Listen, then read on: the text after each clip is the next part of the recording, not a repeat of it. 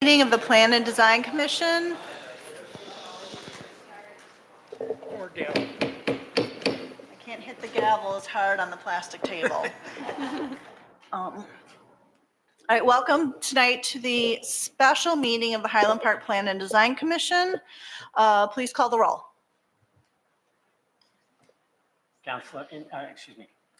Commissioner Incheck. Here. Commissioner Nanis. Here. Commissioner Mantis. Here. Vice Chair Kirsch. Present. And Chair Moore. Present. We have a quorum. Wonderful. All right. I'd like to recognize Council Member Jimmy Ross, Council Liaison, and Corporation Counsel Marcus Martinez.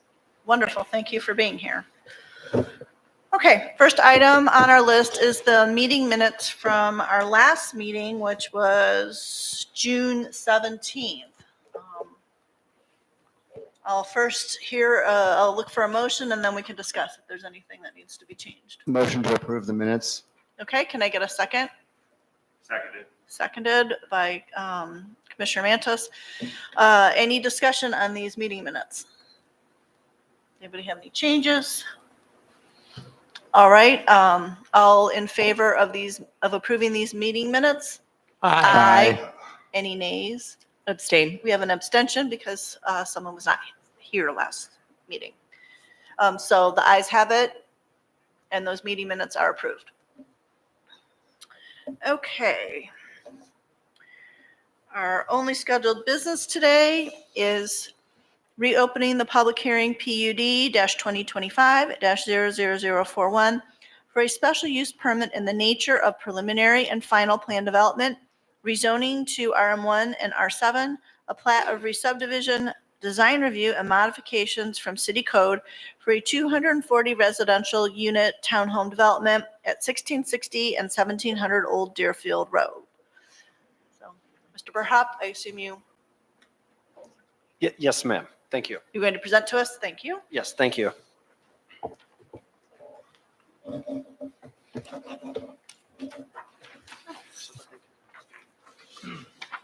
Okay. Good evening, everybody. My name is Carl Burhop. I'm a senior planner with the City of Highland Park in the Planning Division, in the Community Development Department. So this is a presentation for the continued public hearing for the 1700 Old Deerfield Road site for a rezoning, plat of consolidation, planned development, that's the PUD, and a design review for this site for a 240 residential townhome project by the Habitat Company LLC. This slide is old. This slide was at the prior two presentations. So this just again indicates the site where this is in the city. That is for 240 residential townhome units. It will include a club and pool amenity structure. There's a maintenance shed on the property as well. The applicant proposes changes to Old Deerfield Road, including widening for a dedicated left-hand turn lane, preserving landscape and open space along the west and south periphery of the development, and additional parking and landscaping, and I will go through this. So, commission summaries. So this was at the April 1st meeting, and then it came to the May 20th meeting, and now it is here today on June 24th. So these are general comments. So these are general summaries of me paraphrasing select items the commission discussed. And so in general, there was discussion about reducing private on-street parking and greening the site. There was also discussion about the applicant reaching out to the northern commercial owners and tenants and work on solutions and concerns, as there were concerns about the height relief and the setback to the north property lines. Discussion about on-site public access, if any. And there was more analysis requested on pedestrian and bicycle-related impacts and proposed more facilities. And then there was discussion about design and the color palette distribution. Again, there were other discussion as well. That's just a brief summary. Okay. Updates and changes. And again, this is also a summary. If you go through all the materials, of course, there were more updates than this. So one, the applicant has proposed to retain a 5 to 10 foot I, the I for light industrial zone, buffer strip abutting the commercial to the north. And so there was a staff attachment on that in the packet. And so briefly, if the property is rezoned entirely to RM1 all the way up to the property line, if the north abutting commercial properties ever redevelop, they'll have to redevelop in a way where they'll have to meet a greater setback because it would be against a residential. And so staff explained that in the memo. The applicant chose to retain a 5 to 10 foot I-zone buffer, which would mean that if the northern properties ever develop, the northern commercial properties that abut ever redevelop, it will be as if they're redeveloping against similarly zoned I. And that has impacts on both properties. That has impacts on the subject site. That has impacts on those northern commercial properties. And if there's questions on that, I can take them and get into it more. Also along the north, the applicant increased the northern setback. So what the applicant had proposed was a 20-foot setback to the north. Now along the north, there's a required rear yard. It is a required 25-foot rear yard in the RM1 zoning district. The applicant has increased the setback from 20 to 25. That means the applicant is requesting no setback modification along the north for the buildings. The applicant has removed 5 parking spaces that were on the private streets and replaced that with landscape islands. Exterior lighting information was requested and provided. The applicant updated the landscaping plan. I have another slide on this, but they did include more trees and shrubs and are providing, I believe it's 6 bicycle racks throughout the development. There was a new exhibit in the packet for the proposed Old Deerfield right-of-way improvements. And that actually goes back to I believe to the April 1st Plan and Design Commission meeting when the applicant had presented kind of what's referred to as a full left-hand turn lane heading north on Old Deerfield Road, turning left on a Richfield Avenue. And then accompanying that are changes that will have to occur, because to do that, the applicant is proposing that the right-of-way be extended more onto the police department's property to allow this left-hand turn lane. And so then related to that, the applicant will have to make certain changes and improvements to the police department property, including moving the signage on site, doing some type of wall that along the east side that matches what's on the west. And then also there's an access for the police so they can go directly out onto Deerfield Road on the west side of the property. And there were other updated exhibits as well. And this is just a summary. The applicant updated their stormwater plan, their preliminary improvements plan, and they also provided an updated traffic impact study with a bicycle and pedestrian review. Modifications. So these are the departures, variances from city code that the applicant has requested. In the plan development section of the zoning code, it calls them modifications. So I use the word modification here because that comes from Article 5 of the zoning code. But these words get tossed around a lot. Sometimes it's also referred to as relief or variances from the city code. These are city code requirements that aren't being met and the applicant is asking a modification from. So number 1 has to do with separation between townhome buildings. That hasn't changed. That was on the first meeting and is the same. The second bullet point to the required rear yard. So the east setback, which is the setback that goes along the railroad track, that is the same from May 20th. The applicant is requesting about a 9.9 to 10-foot modification from there. So they're proposing a 15.1 foot setback for several units along the east that go along the railroad track. What the applicant has changed in red is the north setback. That's now met. So there's no longer relief to the north setback, just to the east. Applicant is requesting relief to the maximum allowed height. Proposed is 41 and 35 feet is the max, and that hasn't changed from prior slides.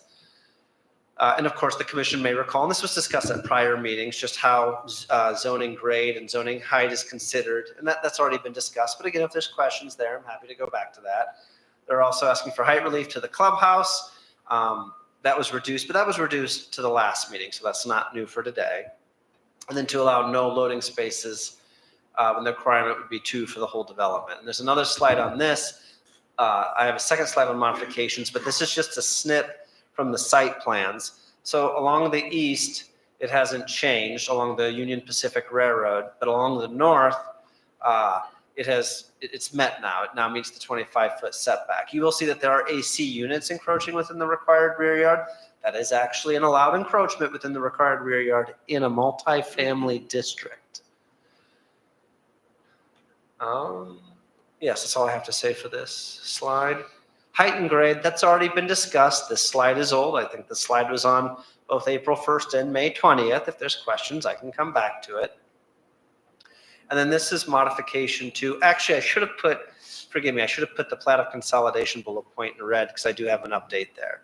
So if you start with the first bullet point, there's the request for signage to allow 3 ground signs and 5 sign faces for entryway signage.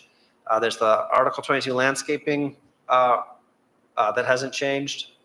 There's the one regarding the environmentally sensitive areas. The buffer impact was struck at the prior meeting. There is still a wetland impact near the proposed entryway, and that was identified going back to April 1st. That hasn't changed. Okay, the plat of consolidation, I should have actually put that in red, though it hasn't changed. It actually goes back. It actually goes back to the first meeting. This is just a full review. So there are several modifications being requested. So actually, I have a slide on this that discusses this later with, actually, I don't remember, but I'll just say it now. So the pre-existing lot lines, that comes from the section 151.004 sub A section. I believe that's sub A, sub 1. You're only allowed to have 4 lot lines, and the proposal will have 13. And the requirement is there's supposed to be 90-degree angles to the extent, I believe, practical. And there are several that aren't here. I will state that those are all pre-existing conditions for the current configuration of the property. None of these are new, not for that. So I just want to point that out. On the other one is the sidewalk along Ridge Road and burial of right-of-way utility lines. So that comes from 2 requirements. I do have a slide on the sidewalk next, but the burial of utility lines, so that's a requirement from, I believe it's 151.807 sub B, sub 7, I think. And so basically that's a requirement that you have to bury both on-site utilities, and you also have to bury utilities such as overhead line poles that are abutting the development within the right-of-way. My understanding is that the applicant will be burying the utilities that are on-site, that are being built new to connect to the townhome units, but the applicant has asked to waive or modify the burial along the periphery. And then the photometric exterior lighting materials, those are still under review. And then for sidewalks, I just want to call out what is the requirement. And so it says, actually, I should have highlighted this in bold because I don't want to read the whole thing. It starts with the however, when the Plan Commission has recommended approval of an application for subdivision in a residential zoning district, and where no conflict with the master plan exists, the installation of sidewalks on only one side of minor arterial and minor streets, instead of on both sides thereof, may be permitted by the city council, or payment in lieu of installation of sidewalks may be accepted by the city council, to be used by the city to construct sidewalks or other pathways servicing the site. And so the reason why I quoted this is because it would seem from this, it's not necessarily a full modification, more that there is discretion by the commission to just recommend, if in this case, because Ridge Road here is not an arterial, it falls somewhere between minor arterial and minor streets, actually a collector. I verified that with our city engineering division today. So it seems that the commission does have discretion, if it makes sense in this instance, that there just be the sidewalk that's on the west side of Ridge Road. And I do want to point out too that this is under review by the city's engineering division. So the commission can expect at the next meeting to have comments and recommendations thereof from our Public Works Department engineering division. Which is my way of saying, if you're not, you can weigh on it tonight, but you can expect that additional information as well. Okay, so this slide is in part taken from May 20th, but there's a little bit more to it. So this is an updated snip of the colored version of the site plan. The first 3 bullet points there are carried over from May 20th. The last bullet point gets to the applicant's proposing sidewalk along Old Deerfield Road. So what I had said earlier, that plat does require the sidewalks on both sides, but in those circumstances we just discussed, I want to point out that the applicant does propose the sidewalk along this stretch here. So there is sidewalk there, and then there is the crosswalk the applicant proposes here, as well as the crosswalk that's proposed down here.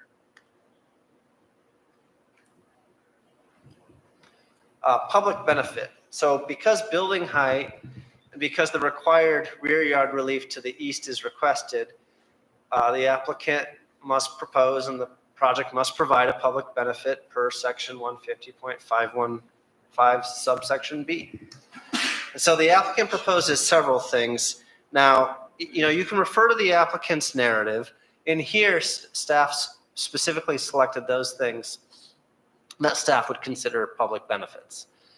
So the applicant has indicated they will open up vehicle access from Richfield Avenue to the spur access road along the Union Pacific Railroad. And that's the, how far back I have to go?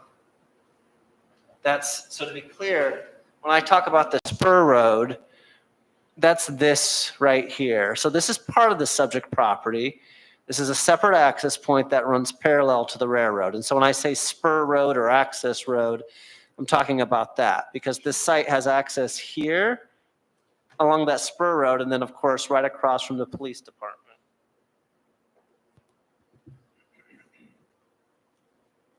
Okay, so again, the applicant proposes to open up that vehicle vehicle access on that spur road to be used by the public, and that they will improve that that spur road for that, and provide an easement for that for egress and ingress.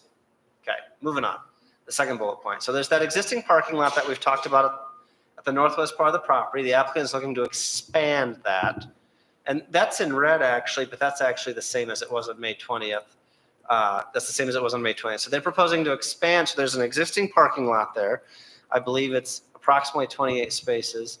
And the applicant wants to do an additional 12. Those additional 12 spaces, the applicant is proposing to allow the Highland Park Police Department to use on a non-exclusive basis.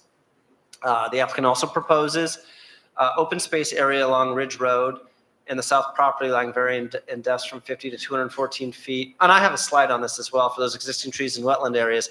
Now that's something the commission can consider to what extent that should be considered a public benefit. There is a requirement that a certain amount of open space has to be provided for anyway. That requirement is 20%. The applicant's actually done double that. I believe they're at 40%. Moving on, a new proposal by the applicant are two improved crosswalks that are not abutting the development. I have a map for these. And then finally, this was not on the plan, but the applicant indicated they can reinsert it. They did have it on the plan. They took it out based on my understanding is feedback with different commercial owners to the north. The applicant can talk about that, their discussions with the commercial owners to the north, but the applicant did indicate that they could put the 12 spaces back. This would be along the spur road, would be 12 spaces for commercial uses to use. And actually, this is that plan. So on the right side, the bigger area map, this one here. So the subject site is here. This is the subject site.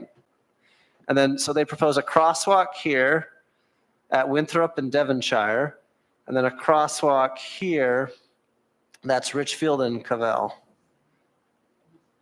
And I will point out, because I did look at the aerials and there's not necessarily complete sidewalks in those locations, but this is a step towards completing those improvements and get towards the complete streets policy the city has. And then for the other public benefit, that's on the left. Now, I do want to point out this image on the left, that was not in the packet. That's something staff just received this late afternoon. And so that would be in the next packet for this. And so that's pointing to the spur road that runs along the railroad. And it is kind of hard to see. And it's not in the packet, at least not this one. And so what this is showing, this is the spur road. And it shows, I believe it's 7, I think it's 5, essentially parallel parking spaces that are immediately east of that commercial area that the applicant says they are proposing to give for public use for those commercial properties. This is a general slide I always put up. This slide has been in all the presentations, but again, the commission should always remember the neighborhood context. The commercial development to the north, police department to the west, single family neighborhood all the way along the south and western peripheries, and of course, railroad to the east.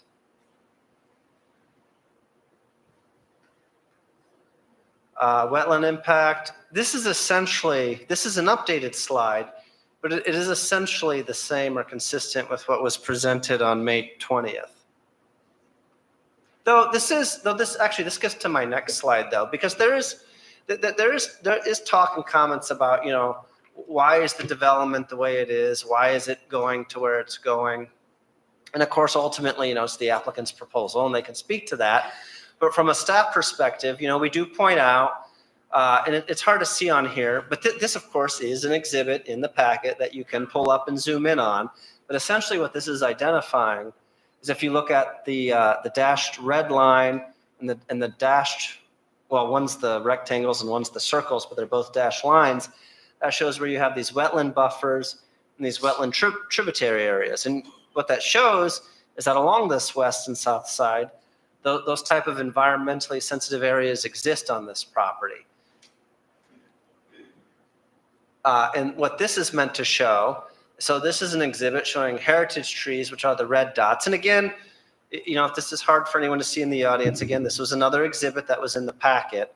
So this is showing the heritage trees. Those are the red dots. Now, heritage trees are the most protected trees in the city. There's 4 types of species. They have to be somewhere between 20 to 30 inches in width at DBH, or it's diameter at breast height is what that stands for. It's defined in Chapter 94 of City Code. So the heritage trees, actually nobody can remove those in the city. Nobody can remove those at all. To remove a heritage tree, only the Zoning Board of Appeals has authority to approve that request. And then key trees and protected trees, well, those theoretically can be removed. Those are protected as they are enshrined in code with definitions for certain species and certain diameter at breast height widths. And so these are constraints on the property that kind of shape where development can occur. This is the open space exhibit, and again, just indicates that the requirement is 20%, and the applicant is approximately double that, maybe slightly more. And this just shows the setbacks they've maintained to the residential districts to the west and the south. And those actually haven't changed. Those are consistent with May 20th. And they may be consistent with April 1st too. I don't immediately recall that. If they are different, they probably are not different by much. This is the fire truck access. This was already previously discussed. Again, that's a constraint that drives these developments. You have to have certain widths for how fire trucks go around a development to serve that. And, though this is not necessarily anything to comment on, it's just yet another constraint that applicants have to face when they design these developments, which tries to explain how these things are designed and how they're laid out. Design review. So the only change here is to the parking. Several spaces were removed to add more greening. That's the only comment here. The site, from a zoning standpoint, so the total requirement is 532 off-street spaces. And so from a purely zoning code requirement, the site does meet the requirement and does have surplus parking. And again, I can let the applicant speak to what they feel the need is for their demand on site. Zoning code, they don't build malls necessarily for, every holiday season. And so these aren't always designed for peak. And so, if you have graduation weekend or holiday weekends, I would just put that out there that, sometimes the parking on those peak times may be more. Design review, landscaping. So the applicant is proposing 6 bicycle racks. That's a spec from that was new. Those are distributed throughout the development. I can't remember exactly where they're at. I think one's at the club amenity building. The 8-foot board fence that's old. That was proposed last time. And so the applicant did update their plan with species information. I can't remember if that was posted on Friday or if that was a update today, but that is in there, and that will be reposted again for the next meeting. The totals were in the staff report on Friday. And so the notes, that indicates the change from the May 20th meeting. So from April 1st to May 20th, there was a reduction. It still complied with the total code. Since May 20th to now, there's been an increase. And again, it still complies with code for the landscaping requirements. And that's separate, I remind you, than the tree replacements too. Tree replacements are different from that. They have to do that in addition. So exterior lighting is still under review. That came in, but staff is still reviewing it. I cannot state if it needs relief or not. These are two exhibits just showing two specs that the applicant did provide that were in the packet. Oh, I did have another slide on this, but I kind of already went through this, so I can move on.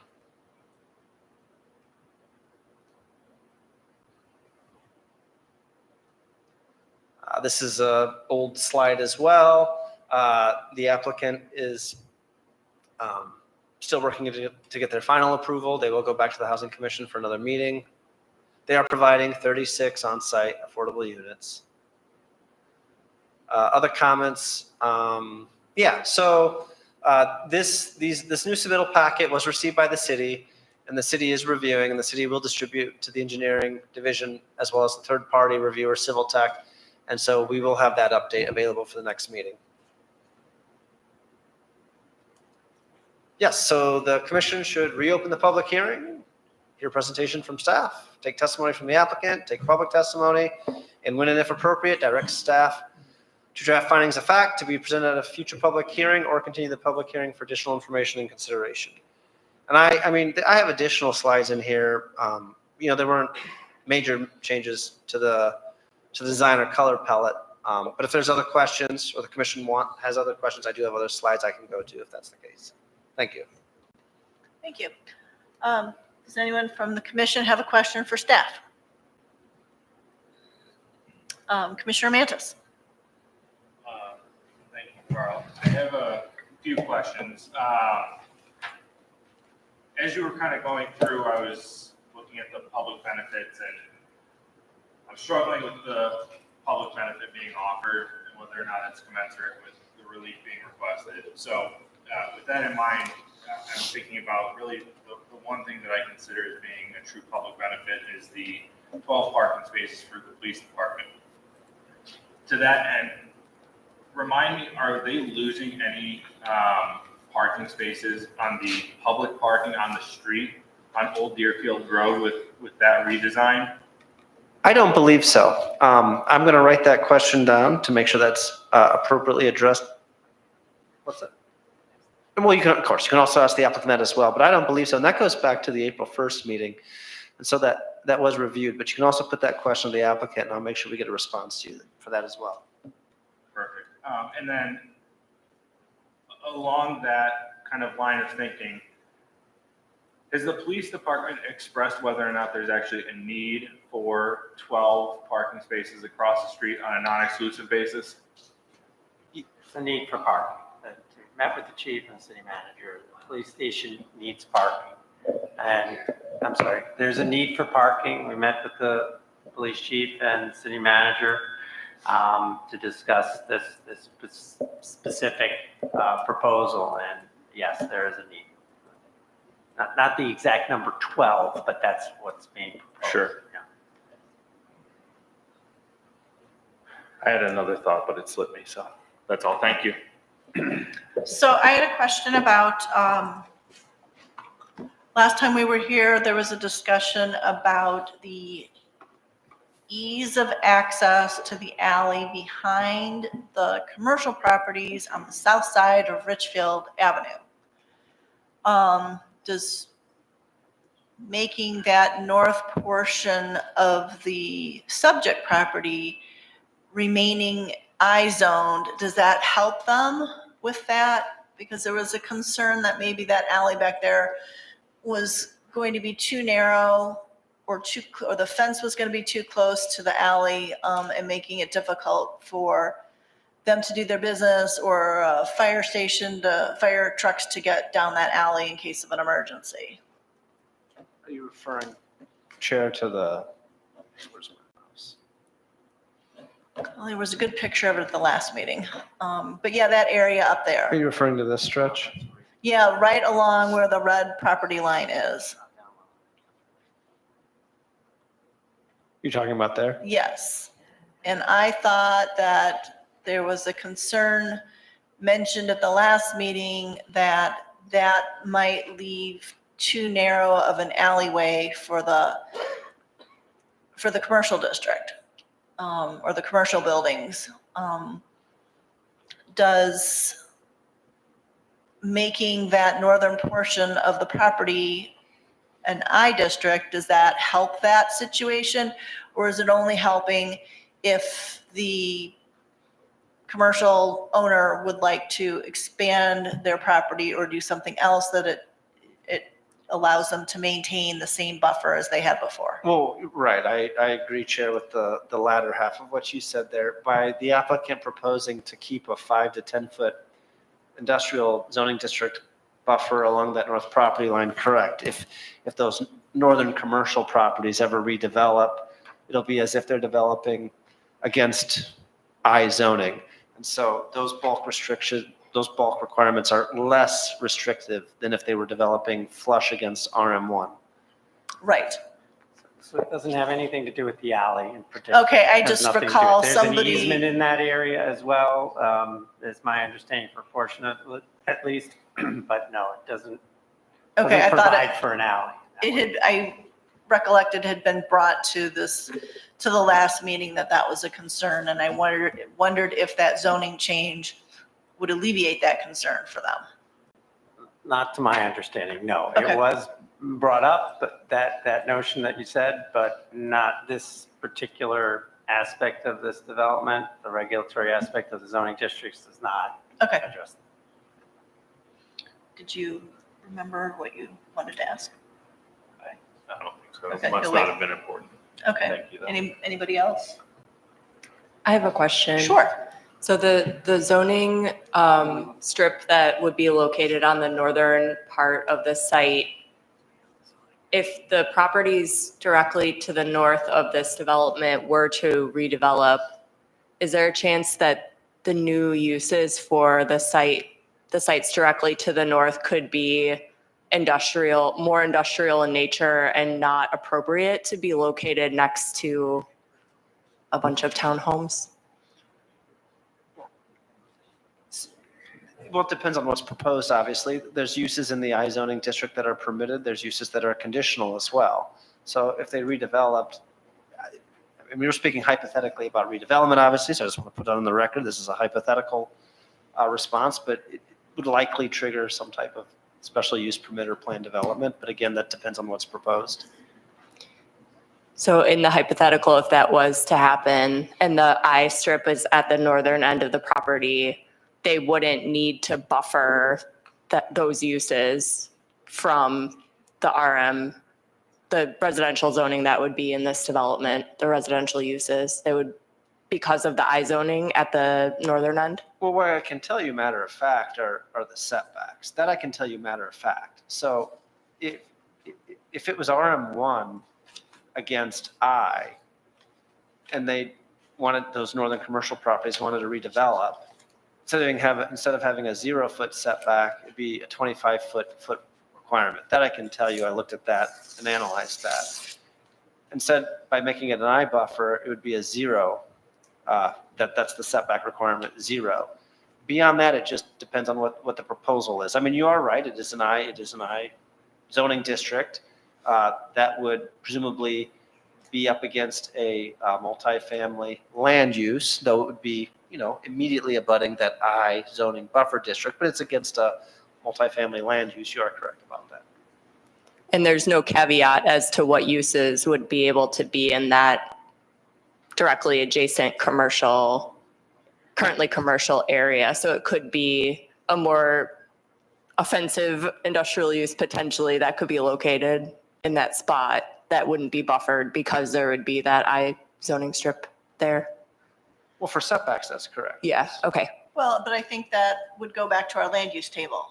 And in that I district, there's permitted uses and conditional uses. And if they came in with a permitted use, then we've already agreed that those permitted uses are probably least intense.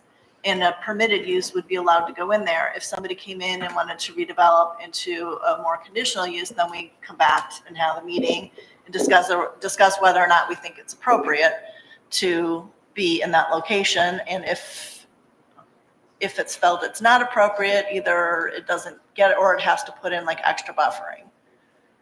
So that's how I think that that is regulated.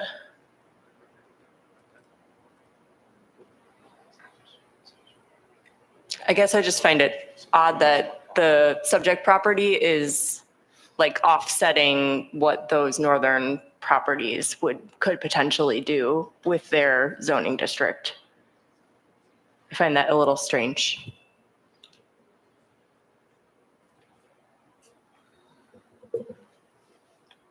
I don't know, personally, I think the land use table takes care of it with a permitted versus a conditional use. And if they want to put in a conditional use, then we come back here and we discuss it. Couldn't they just come back for a variation on the buffers too? No, I don't think it works that way. Mr. Martinez, did you want to jump in?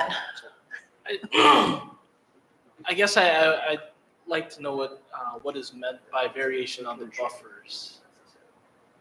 If we're including the I zoning change because we're trying to reduce the burden on those commercial properties to incorporate a big buffer because they're next to multifamily, then could those properties come back and request relief for the setback instead of rezoning the subject property? If they were to need alleviation on the buffer, that would be required. Certainly, they can come and seek, variation or some sort of relief either before this board or before the ZBA, really depending on what it is that they are seeking. And as the chair was alluding earlier, if it's something that is permitted, then no, they don't come before this board. If it is relief that they are seeking, then that relief pretty much by definition would require some sort of approval process.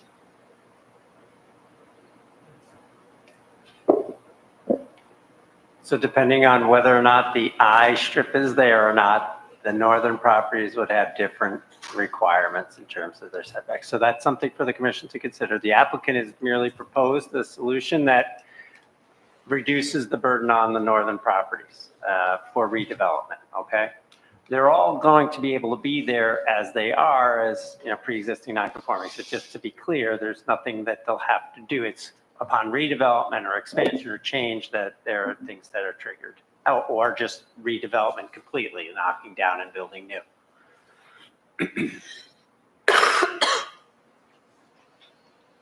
Any more questions from Commissioner Nanis? Yeah, on page like 369, you briefly touched on it, Carl. It's the cutout to Deerfield Road to the police department. Is that something they're requesting? Is that really anything that, like, is that going to be public access or is that just going to be? You said page 369? Let me look I at think it that. was 369. Talking about the new access to Yeah. Deerfield Road, not Old Deerfield Road? It's the access from the police department parking lot, Oh, cutting that. between Old Deerfield Road and Deerfield Road. So what that is, though, that's something, so the applicant, again, to do the left-hand, the dedicated left-hand turn lane onto Richfield, so going north on Old Deerfield Road and then turning left onto Richfield Avenue, the right-of-way has to be expanded, and so that's going on to the police department. And so the city looked at improvements that had to occur in the police department for that to occur, and one of them was that the police department wants direct access onto Deerfield Road. Oh, that's actually a typo on this exhibit. Yeah, on this exhibit, that shouldn't say Old Deerfield Road on the west. That's just Deerfield Road. Oh, yeah, that's correct. So yeah, that's a good point, Carl.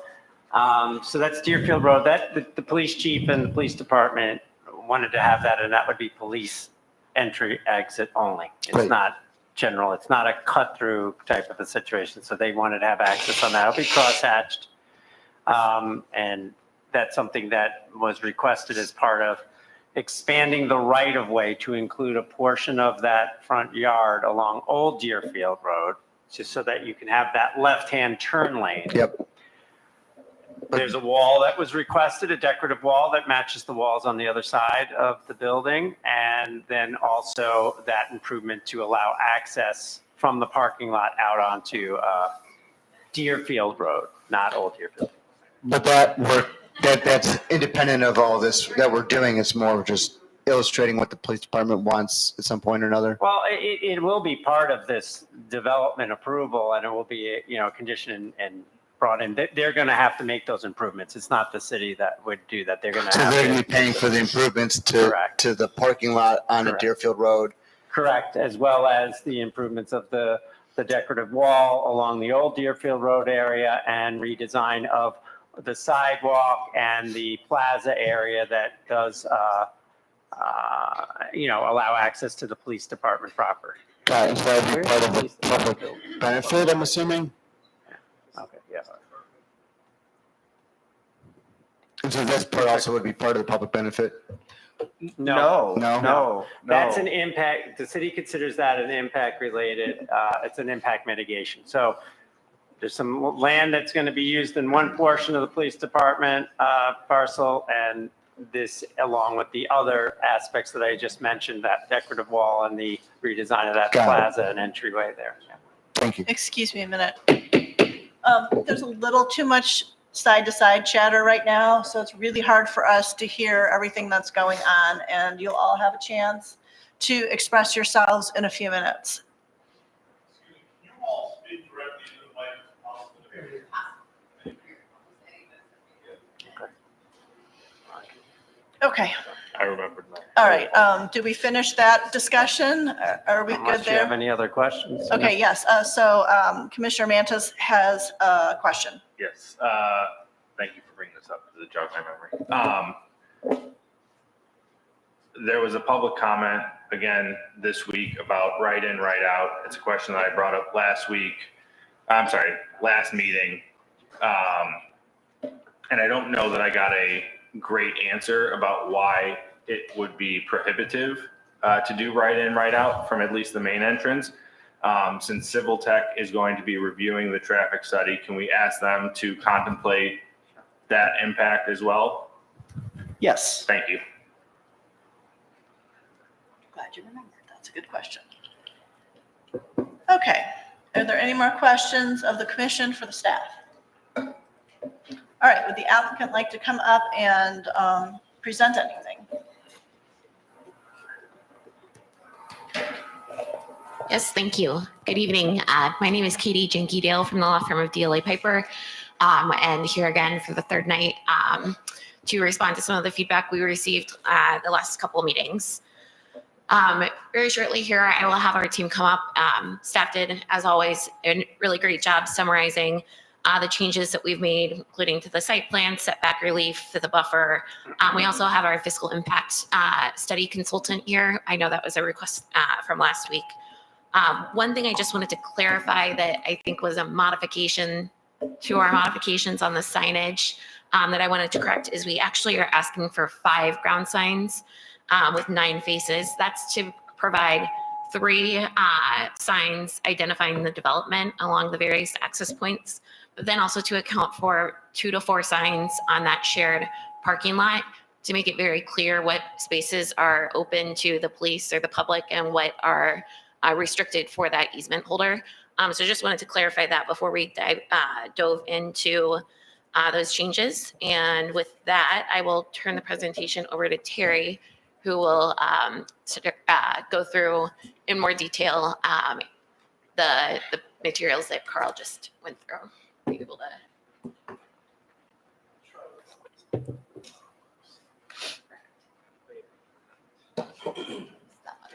It's the, which button?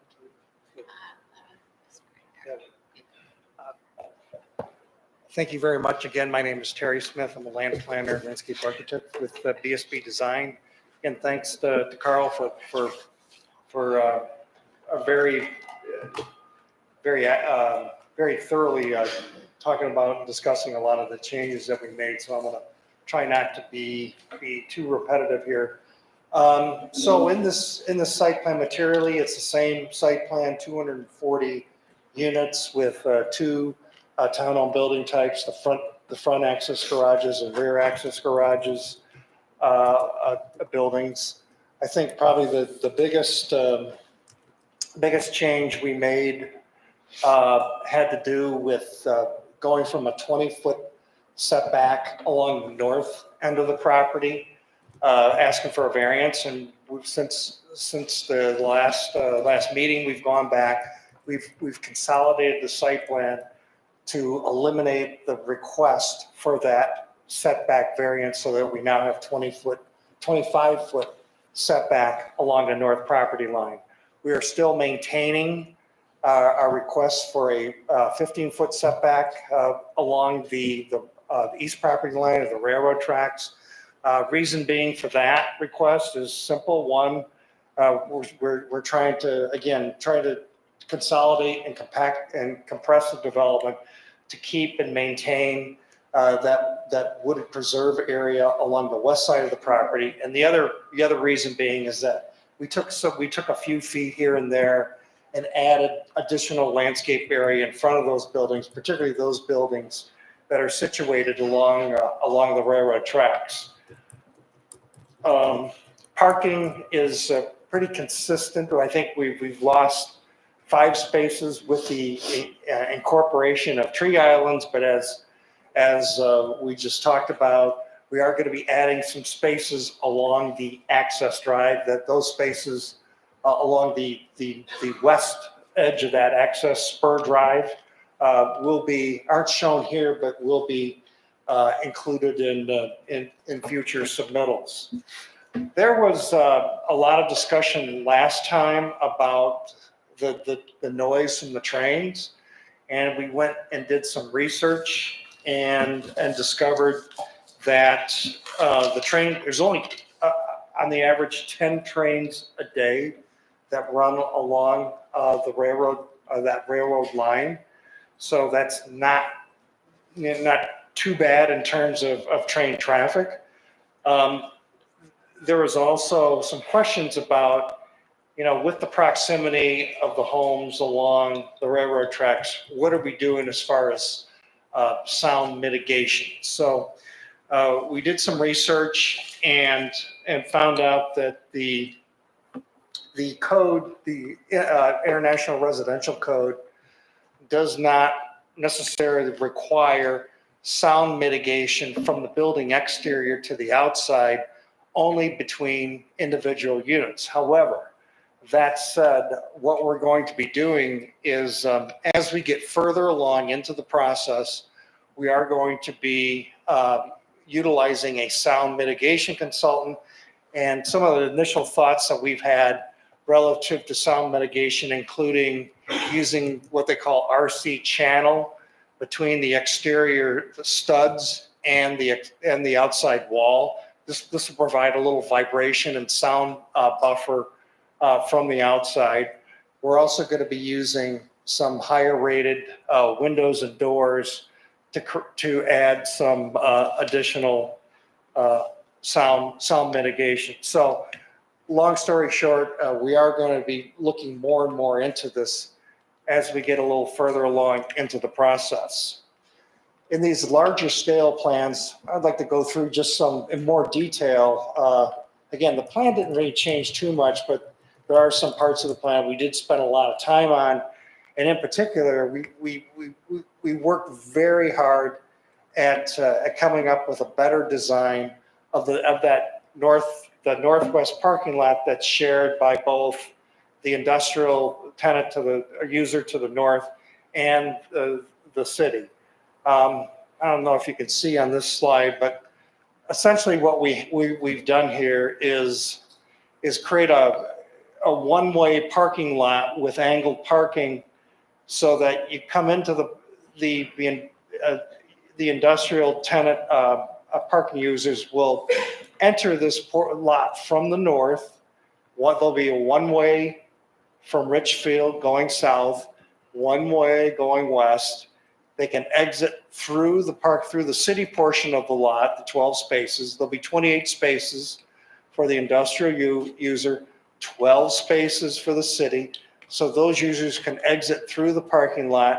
And there's also going to be 2 landscaped islands that'll make it more prominent and pronounced, which is the city side of the parking lot and which is the industrial user side. So we think we've developed a much better solution for that. Other things that we've added, just small little things, we mentioned bicycle racks at the club, and you'll see later down by the tot lot. Also, we talked about at length adding this, or eliminating this, the need for a variance and going back to a 25-foot setback along the north property line. And you can also, maybe you can't tell, but this also shows the incorporation of that, maintaining that industrial strip on our property, again, so that the industrial users to the north aren't encumbered by being adjacent to residential zoning. Oops, back. Okay, yeah, this is the additional bike rack that was added in proximity to the tot lot. There is also, you can also see on this plan, or maybe you can't, we did incorporate some tree islands, sort of where there was a long expanse of parallel parking spaces along the drives. There was a request to take some of the parking spaces out and substitute those spaces with the tree islands. Zoning map just incorporates, it shows the incorporation of this industrial strip. These are just some of the ancillary graphics and supporting exhibits that were required as part of the submittal. Really haven't changed any at all, other than the new background of the new site plan background. Open space, as Carl mentioned before, is pretty consistent. Maybe a little more than what we had before, but fairly consistent with what we've been showing all along. Aerial apparatus. The yellow just shows all the drives, the alley, and the driveways and the alleys will be at least 20 feet wide, which is adequate enough for fire truck travel. The yellow actually shows the 26-foot wide zones that are required for outrigger staging for the fire trucks adjacent to at least one side of every building. There was a request, I think last time, of how are we going to phase this, and we included in this latest submittal packet a phasing plan that shows. That's my fault. I was trying to center it. Oh, I'm sorry. Okay, sorry. I was trying to center it. Sorry. But I'm usually the one with the trigger finger. So the yellow indicates phase one. That will be, I can't read how many units there are, but that'll be whatever units that are shown on that graphic. And also the club building. Phase two is shown in blue, and in the magenta, that would be represent phase three. And then the idea is that these phasing lines are also kind of self-contained, so that we're not going to have dead-end streets as part of the phase. So we'll be maintaining continuous circulation and traffic throughout the phasing. The site building key plan, we haven't really changed this. I know there was a request for us to consider, the color palette again. We just think there's enough sufficient color variability on the buildings. And we do like this arrangement of color schemes simply because, one, like I said, we think there is some color variability on each building, and two, just for the standpoint of simplicity and building orientation for visitors, we don't want it to be so confusing that it's hard for somebody who's coming into the proposed development to be disoriented because of this kind of this random color scheme of the project. Carl talked quite a bit about some of the added benefits that we're providing, the connectivity to Devonshire Park, as well as some additional crosswalk modifications to the north. This is one of those, we just saw this slide that showed this additional, this added or enhanced access off of Old Deerfield Road.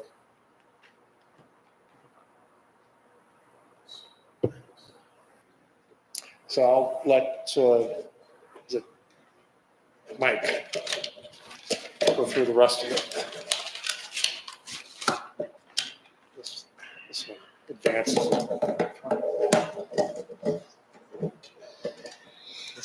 This guy right there. How do you go back? Go back. Carl, can you go back with this? Yeah, it goes both ways, sir. Okay. Sorry.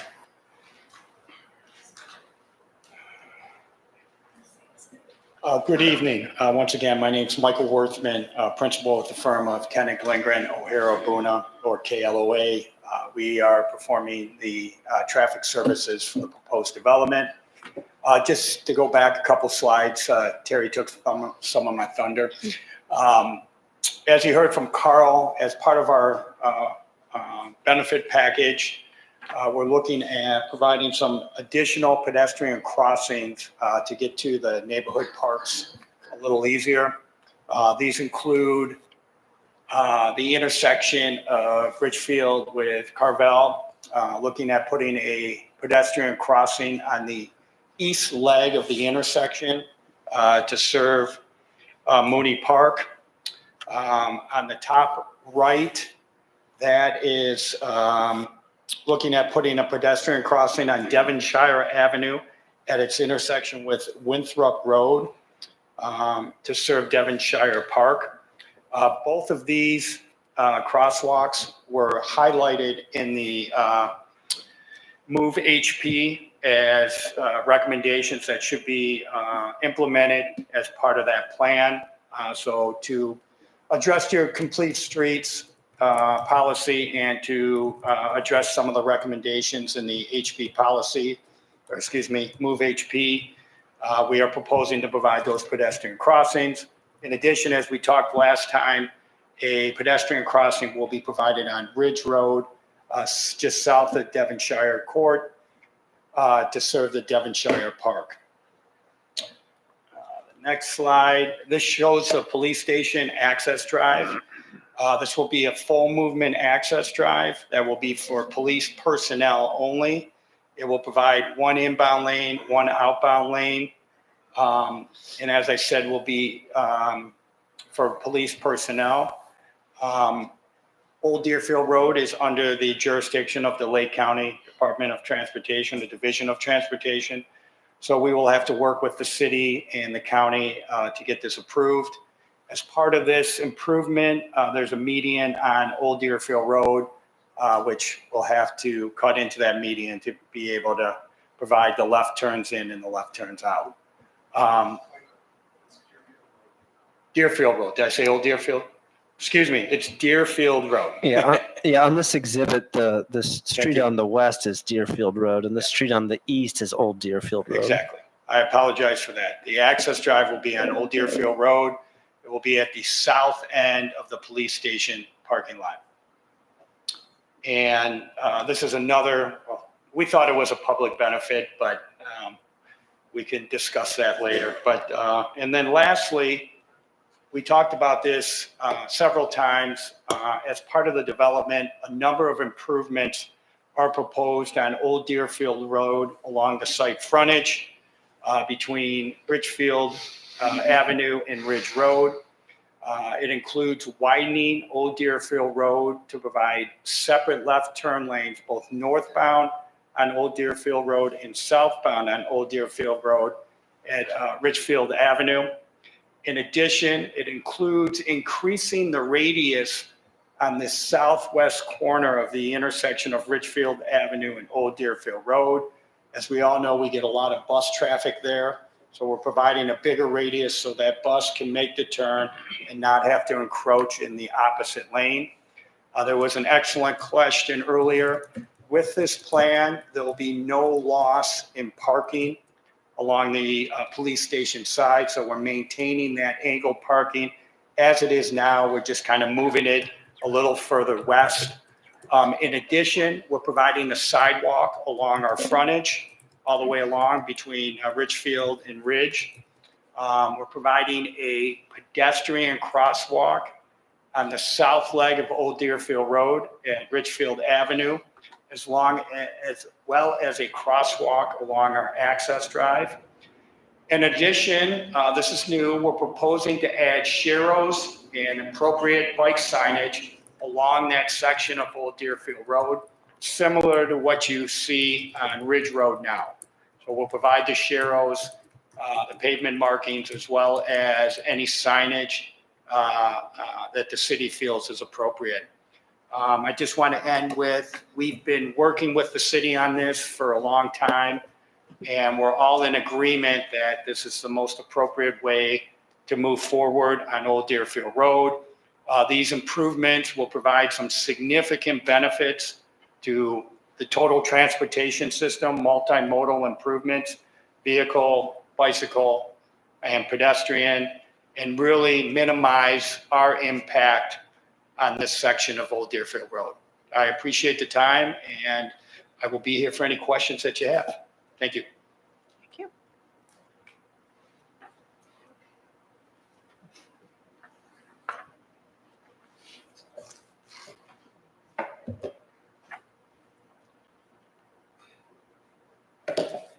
My name is Jeff Torrens. I'm a landscape architect with Dixon Design Studio.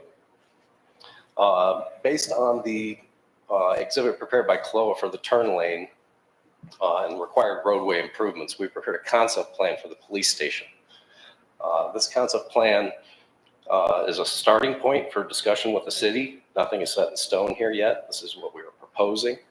We're proposing for the removal and the replacement of the police department's masonry sign and lighting, which would be relocated or rebuilt within the plaza's landscape beds and constructed of the same materials to continue to match the building architecture. We're proposing a 6-foot walk along the new parking. In order to accomplish that, we would have to remove the bollard lights north of the plaza, and 2 younger trees would also have to be removed. The existing mature trees would be protected with temporary fencing during construction. The existing curbs would be cut back. Pavers would be removed and reused to maintain the current design while accommodating the new walk. The existing sign location would be replaced by a new low wall with 5 decorative planters on piers.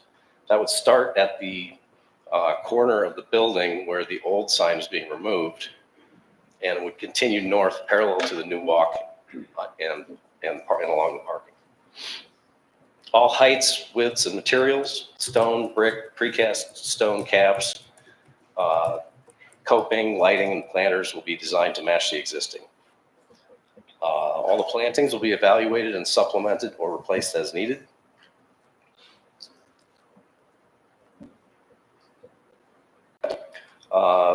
Looking at the overall landscape plan, site plan changes allowed for the addition of 20 shade trees and 3 evergreen trees. 5 of those trees are located in former parking spaces, as Terry mentioned. 4 were added north of Town Home 1. That was for height up against the fence and some screening from the parking there. 4 were added south of RH4 and RH5 in the parkway. 4 were added in the pedestrian courts adjacent to the railroad tracks along the street frontages. And the balance were added throughout the plan where opportunities presented themselves, mainly to beef up streetscape canopy. A number of shrubs were also added along the fencing to help bring the fence height down in terms of scale.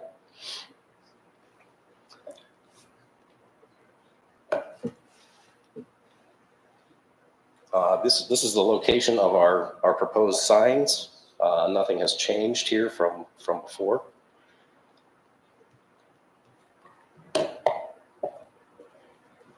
And basically the only changes here are the bike racks, buffers in the foundations here. Obviously the north buffer increased by 5 feet, and we still have a 15-foot buffer along the railroad tracks.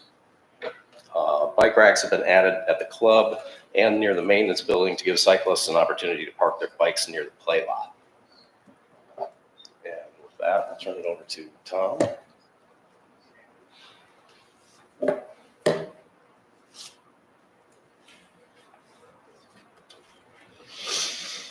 My name is Tom Black. I've been with the Habitat Company for 44 years, though technically I'm retired, but came back to help work on this project. Regarding the environmental, our consultant unfortunately was with his family up in northern Wisconsin, but he did put together an outline that will come through in a minute of what the process will be regarding the environmental. As I mentioned in the last meeting, I'll just go through briefly. The area photographed there on either side of the river is where the Chicago fire burned right up the river. The land to the west was the first railroad station that had a lot of pollution on it. It also was the Chicago Environmental Department boat station, which had contaminated leaking tanks. We cleaned that site for the city when we bought it. We built residential townhomes there and a high-rise and mid-rise building on the west bank of the river, and obtained no further remediation approval on that, which is a process that comes through construction and is completed after the work is done and the EPA gives a letter. The buildings on the right also had contamination. We went through, some of it's contained and buried, remained on site, some of it was excavated and removed off site. And the building in the foreground that you can't see where the photograph is taken from, it's our last building we just completed last fall in basically in June, and we got our NFR letter in December this last year. That was 343 residential units. So going on to the next slide. Do I have that here? I just press backwards this way. So this is the understanding that the consultant, the services that they would provide. The phase one would be conducted, takes about 3 to 4 weeks. We would be doing this work assuming the property is zoned and approved for residential. The phase one report looks at historical interviews, photographs, documents, and other information pertaining to the site, including at the EPA, to see if there are any known hazards on site. From what we've seen in prior reports, there are no existing hazards, but we will still go through that. Phase two and phase three, based upon what they find there, consists of going further deeper in reports, as well as some on-site testing and chemical analysis of any soil to see if there are any characteristics that need to be addressed. If there are things at that time during the investigation, a program would be developed with the Illinois EPA for submitting to the Illinois EPA as to what is going to be handled and how it's going to be handled and who will be doing that.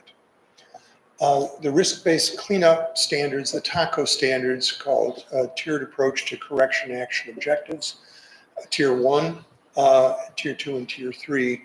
That's based upon what we find on site, if there is anything to be addressed. And then a program is developed and submitted to the Illinois EPA for further site investigation and remedial objectives, and an action plan as to what would actually be occurring during construction, before construction, and upon final completion. If remedial action is necessary based upon what's found, then a program is put together with the Illinois EPA approval. Once that's approved, a program is put together with the contractors as to how they will perform the work on site and as to who will do what work. The documentation will be occurring by our consultant during the whole process, as well as the contractor recording if there's any material that had to be hauled off site, or if there's any material having to be brought on site, that it's clean material and that the material goes to a appropriate disposal site in a dump area. The EPA reviews it within the completion of the report.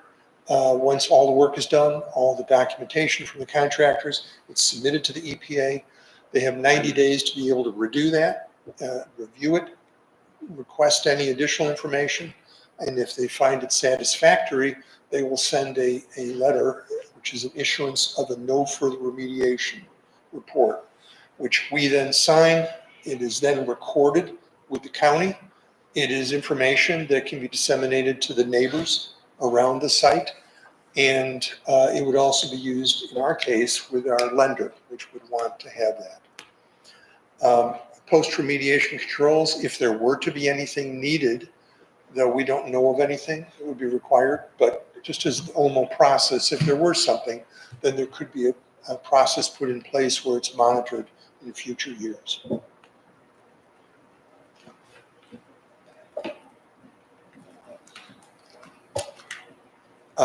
It's just a note that it takes about 180 days to get the final remediation letter from the Illinois EPA, which we came pretty close to on the last project.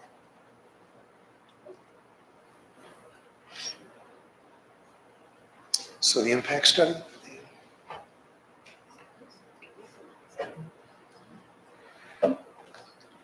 Good evening. My name is Ann Maroney. I'm with the firm of Johnson Research Group.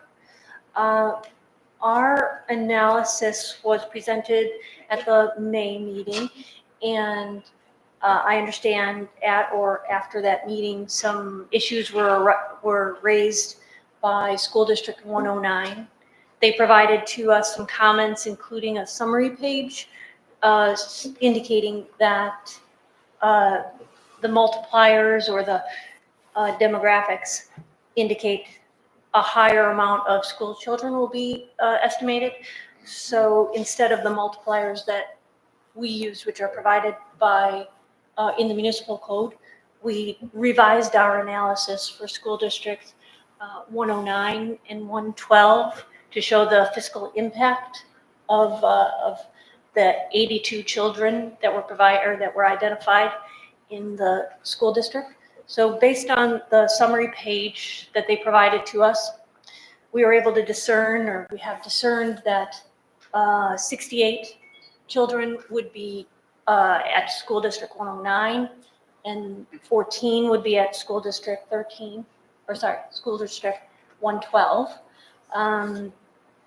And with that, we've identified the property tax revenue in the tables above and the operating expense per pupil. And we found that, and keep in mind that we are looking at both a for sale product and a rental product. So we've evaluated both. And we found that with that new revised school children count, the net fiscal impact, if marketed for sale, would be a positive $138,400 for School District 109 if marketed as for sale, and for School District 112 would be $480,800 roughly. And if marketed as for rentals, we found that the School District 109 would net out a positive fiscal impact by just over $16,000. And School District 112 would net a positive fiscal impact of $385,800, roughly.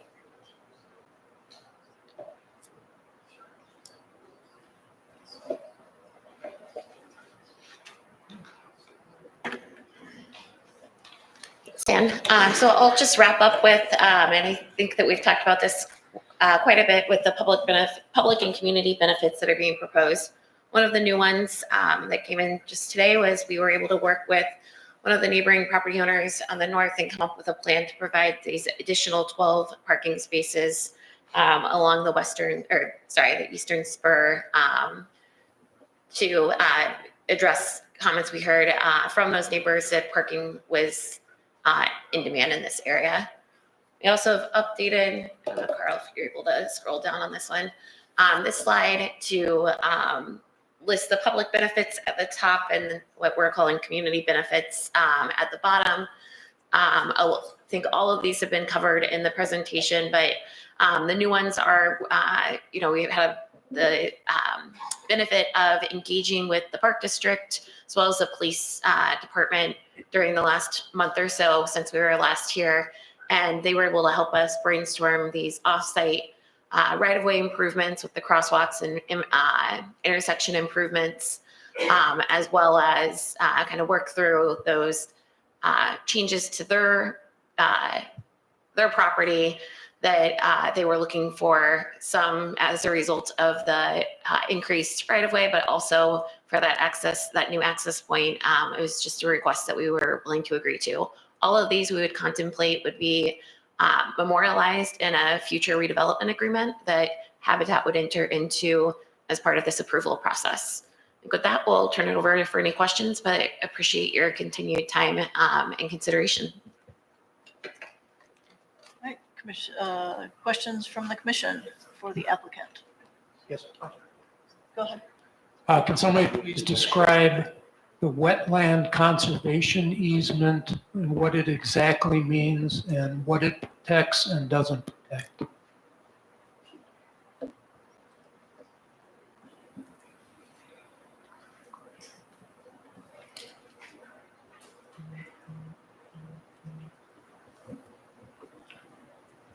Again, my name's Tom Black. We do have a consultant who has been looking at the wetlands requirement, working with the county and with the city. I don't know enough specific to be able to say technical information, but there are 5 major zones on the site that have been identified as wetlands. A wetland is defined as anything that accumulates moisture and in many cases is just leaf covered, hard to even see. There is one additional area that is a trough that runs through the south part of the site, a creek area that is part of drainage in the neighborhood that goes off to the east and eventually into the Skokie Lagoon network. Those wetlands are in the buffer zones. We are protecting them and leaving them untouched. Even the travel path that we created walking through the buffer zone,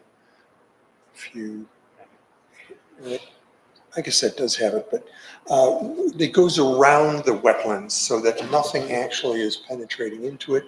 It's a wood chip type path. It's not an asphalt path. We're not allowed to go and build that sort of thing in the wetland area. Within that, there are trees that are being preserved. The last summer, the current owner went through and cut out a lot of the invasive species, buckthorn and other type of plants.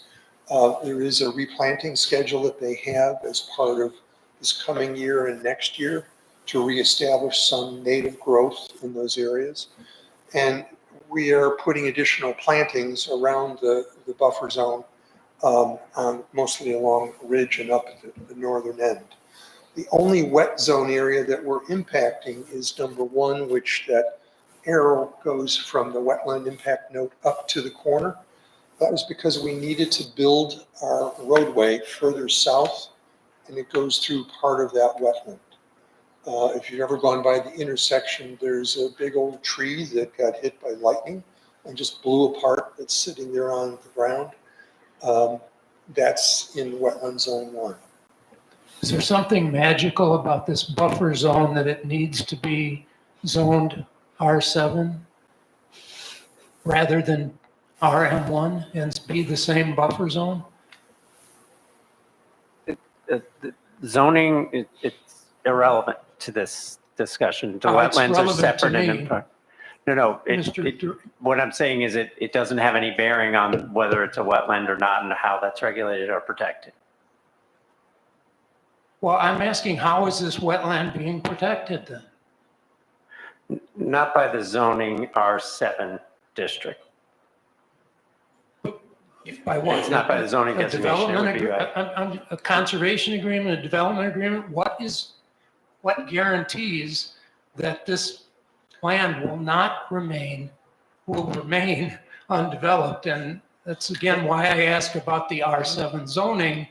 I don't think it's unreasonable for people seeing that to assume somebody somewhere someday might build single family homes there. If I could just mention, it is recorded on the plat that would be the R7 district and would not be built on. The reason for an R7 district is couldn't be left as an industrial district. and the city felt that R7 was the appropriate zoning. Your concern is not a zoning one. Your concern is about whether or not the wetlands are going to be protected. Is that correct? Well, I mean, actually, I mean, it's 3 different zoning categories on one parcel of land. That concerns me because we're being asked to approve of that situation. But yes, what's the mystery about it? I don't know. don't get it.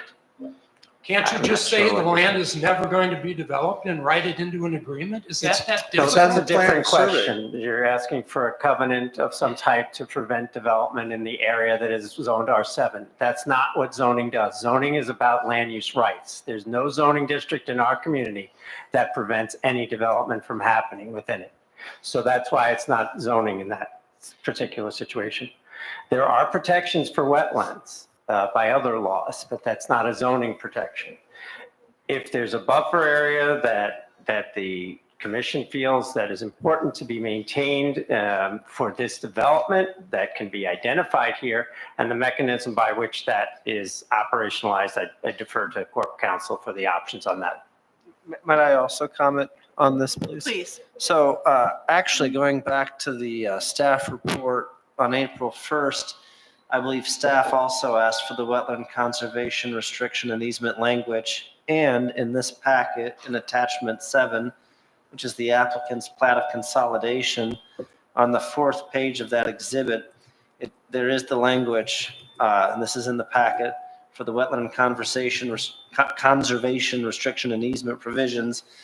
And it says several things, but it also says here, and I'm just quoting in part, it says, shall not construct buildings or other structures. And so that is part of the restriction that would be approved with the plat. And that's referred to as a wetland conservation restriction and easement It's a provision. plat of consolidation? That's right. Attachment 7, the plat of Part of consolidation. the subdivision, and it's on that. It would be sheet 4 of 4 in attachment 7. It's at the top right.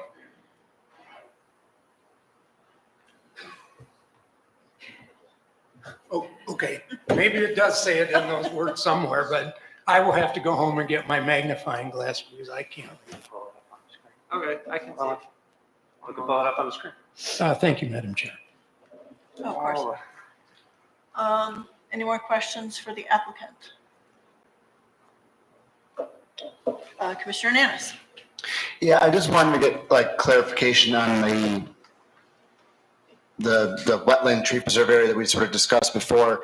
Just trying to understand, because like it's stated in Carl's report that would be a public benefit, but then I've also read in the documentation here that the public isn't allowed on the land because of legality reasons. So I just want to get an understanding of like where people like who live across the street could actually access on like the property. That makes sense.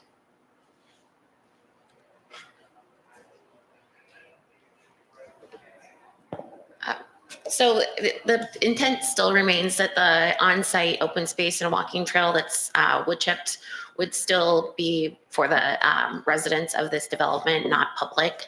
I think, or my understanding, not to speak for Carl and where he has it in his report, he's highlighting it more as the fact that we're providing, almost, or I think more than double what the requirement would be as far as on-site open space, and that has its own kind of benefits of a variety of benefits, but it wouldn't be access still.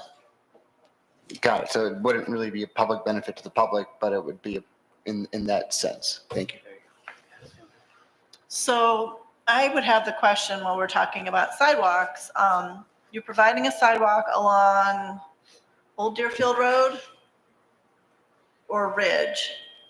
Because it looks like if you're anybody who's leaving the property, you would have to cross the street to access a sidewalk. And I guess I'll wait until we hear from the city after they analyze the sidewalk issues, correct? They're coming back with that? Oh, yes, correct. That is correct. All these materials have to be referred to different departments and utility agencies for review and comment. That is correct. Okay. So I just feel it would be beneficial to provide a sidewalk if you're not going to let people walk on the woodland path to get from one end of the property to the other property if you happen to live in the other neighborhoods. Okay, yeah, and that goes to the question of the sidewalk along Ridge that you're referring to, Yes. whether or not there's a sidewalk going to be required there, or is there adequacy by the sidewalk on the other side of the street? The proposal was a path, a woodland path, but our understanding is that's not a public woodland path. So I don't know that it would be able to substitute for a sidewalk unless it was a public path. Right. So that's, yeah. Okay, so I guess we'll wait and see what the city has to say about that. I do have a question about the new crosswalks that are going to be placed. And I believe one of our citizens mentioned the concern of the crosswalk across Ridge over to at Devonshire, and that as a driver might be making their way north, the road turns and all of a sudden you're right there at the crosswalk and nobody can see. The driver can't see that there's someone in the crosswalk. So is there a provision to signalize this crosswalk in some way, signalize it in a way that it can set off a blinking light prior to the corner that the driver would be coming around from the south, so that they can perhaps have adequate notification that a pedestrian is crossing the road. In addition, I'd also would ask for something similar at Richfield and Cavell, because I think people drive pretty fast on Richfield as they do on Ridge. And if the sidewalk is kind of in the middle of the street, is there a signal? Is there a stop sign? What's happening?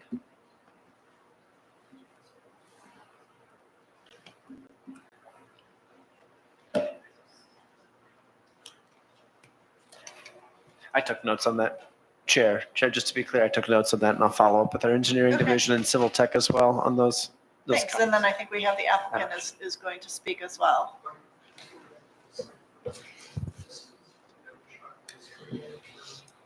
Yeah. I don't know if I can do it. Wait, Carl, wait. you have to do it. Madam Chair, okay, never mind. Regarding the Richfield and Carvel, Cavell, yeah. Carvel, sorry. We will work with the city as to what they want there. As I said, the Move HP plan recommended a pedestrian crossing at this location. There's many ways you can highlight that pedestrian crossing via signage, pedestrian signage, RRFBs, which are rectangular rapid flashing beacons, and other measures that you can do.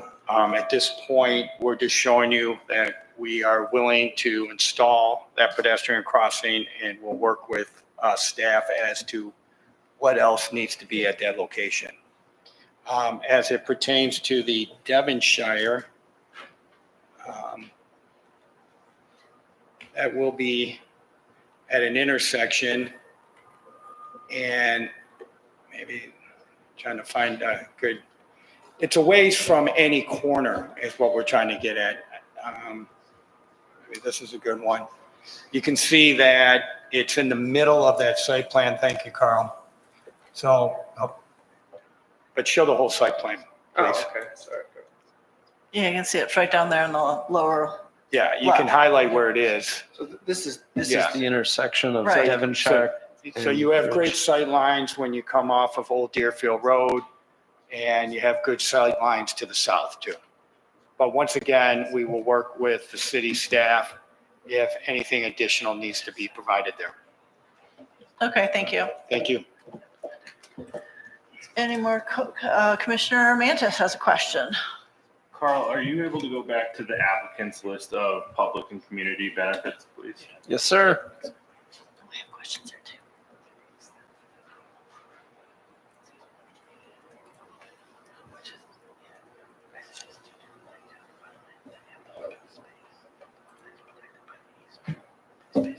So I think I mentioned earlier, I'm struggling with the public benefits that are being offered because I feel like a lot of this is part and parcel with the development rather than necessarily a community to develop, than a public benefit. So for example, number 8 lists that crosswalk between Devonshire Court and Ridge Road.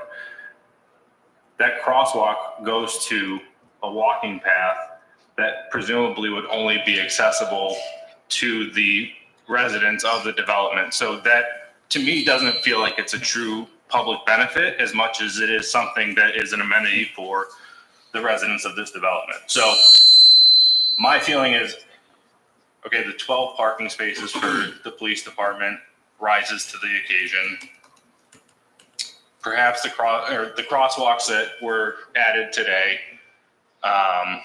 maybe the additional parking spaces that were given on the access road, but this is a big development and the amount of relief that's being requested requires a public benefit that I think is commensurate.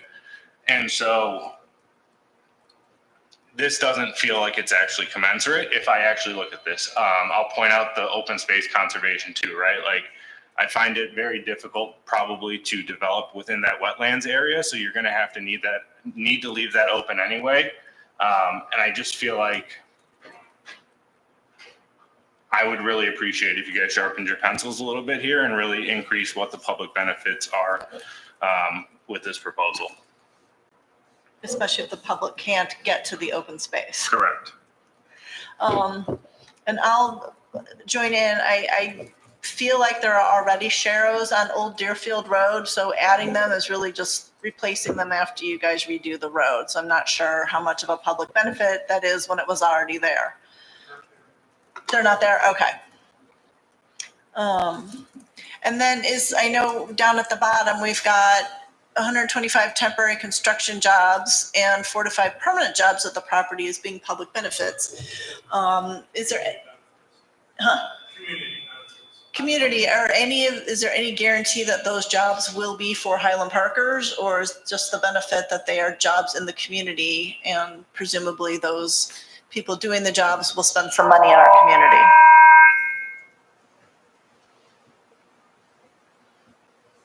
I assume as a city, we don't have a say-so in that.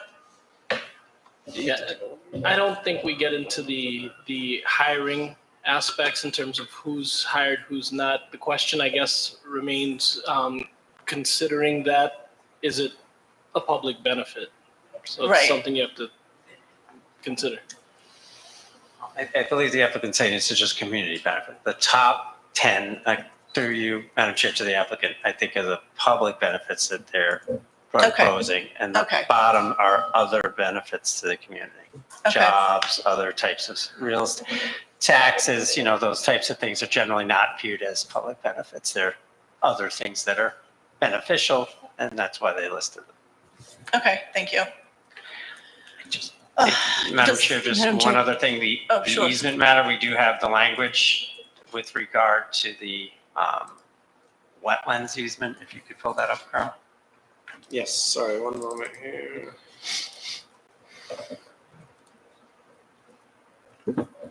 Sorry, I'm still getting my bearings on this.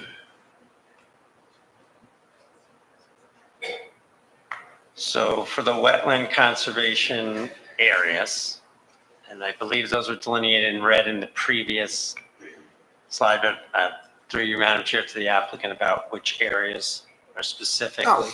Yeah, well, that's on either the prior. There it is, impact wetland right there. Well, but it's on here. It'll show it on the actual plan, of course. Yeah, but this is just for trying to remind you. plat, and so this goes to.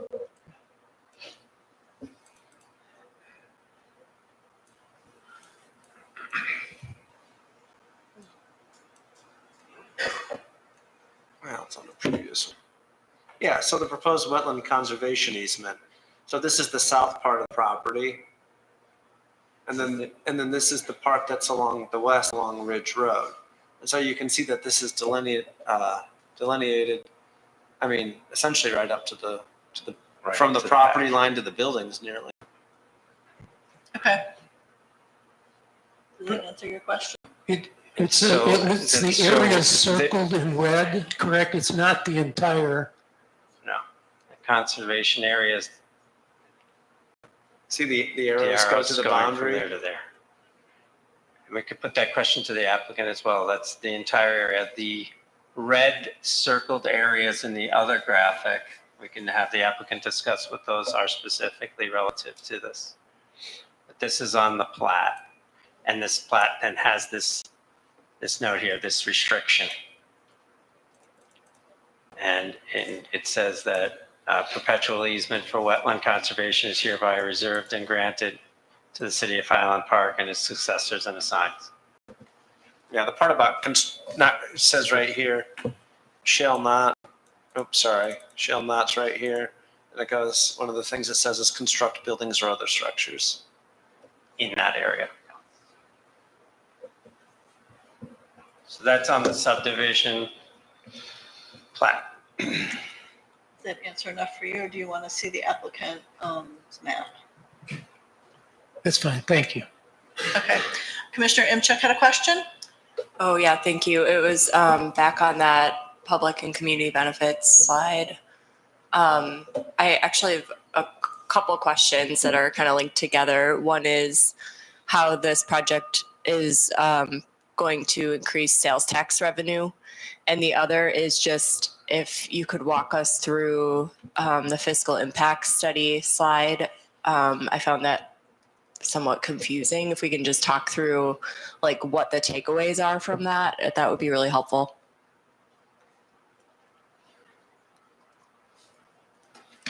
So on the sales tax, I mean, the site is currently completely vacant. No one is, it's generating minimal property taxes and has no one coming and going from it in a meaningful manner other than maybe a property manager from time to time.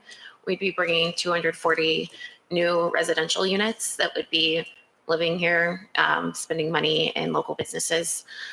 And then on the fiscal impact study slide, the purpose of that was just to demonstrate it's a requirement of the city that we provide this analysis. And in particular, when it comes to residential, we often are hearing feedback or concerns about negative impacts on schools given increased numbers of school children. We actually, like Ann said, the Highland Park Code has certain multipliers that we're supposed to use to arrive at the number of school children. That's what we presented last time. The school district came back. They had another consultant run numbers that were maybe more conservative or aggressive when it came to the number. They came up with a larger number of school children.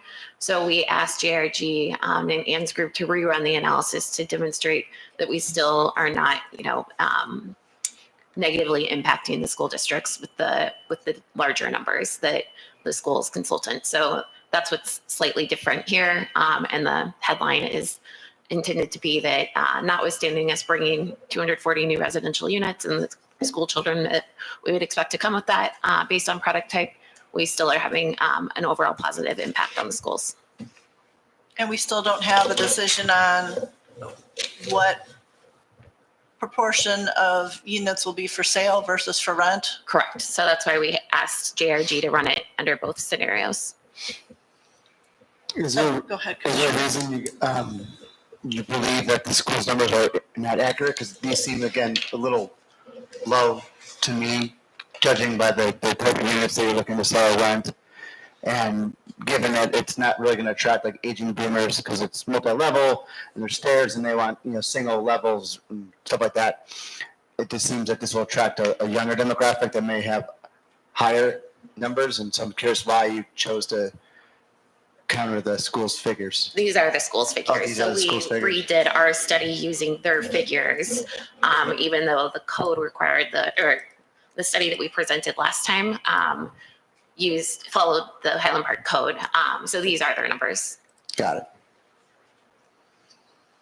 All right, any more questions for the applicant? Oh, go ahead. I just have a question about like the ancillary parking lot in the corner. If you could pull up that. Which parking lot is that? On the northwest, northeast? the one off of Old Ridgefield Northwest. Thank you. I'm like looking for. Okay, I can pull that up one moment. Which direction? One moment.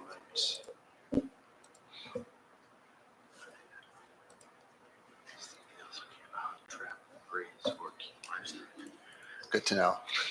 Can't bring my snowmobile over there either.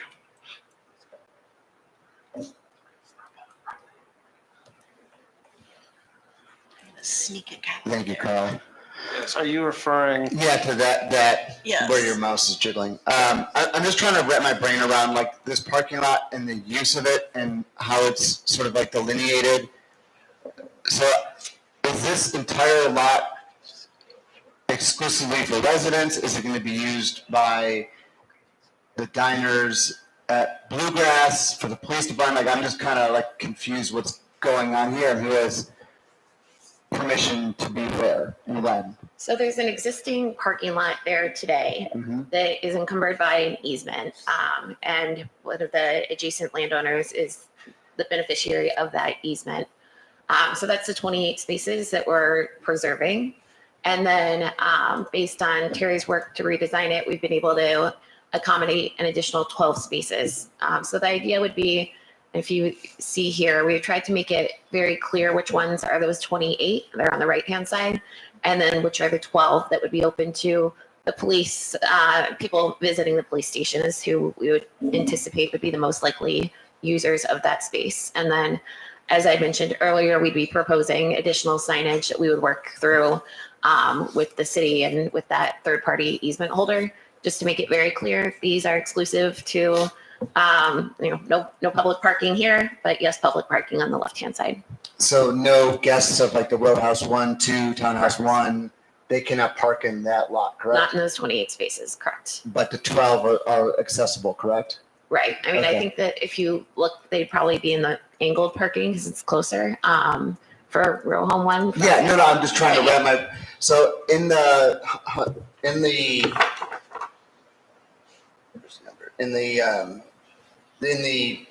the 753 parking spots that are on the property, are those 40 spots included in the number? Yes. Okay, but they're not technically for the residents? Correct. Okay. Thank you for clarifying that. My other kind of question, comments, just generally, as you guys have moved stuff around, you've heard me complain about the parking on the site, too much. I'd love to see, again, more creative ways instead of trying to push more parking into the property to remove some parking in the property. Maybe it's just me, but like if I was a resident here, I'm trying to think like how I would go from like living in Townhouse, in the bottom and walk up to the clubhouse and not drive my vehicle to go, 500 feet to go to the pool. And I just think, it'd be nice to think about the residents and how they can get around and make it more pedestrian friendly and green, because it just, again, is a sea of asphalt. And I'd love to see more. I know you guys are concerned about holidays, but if you've been in Highland Park during Christmas, it's a ghost town.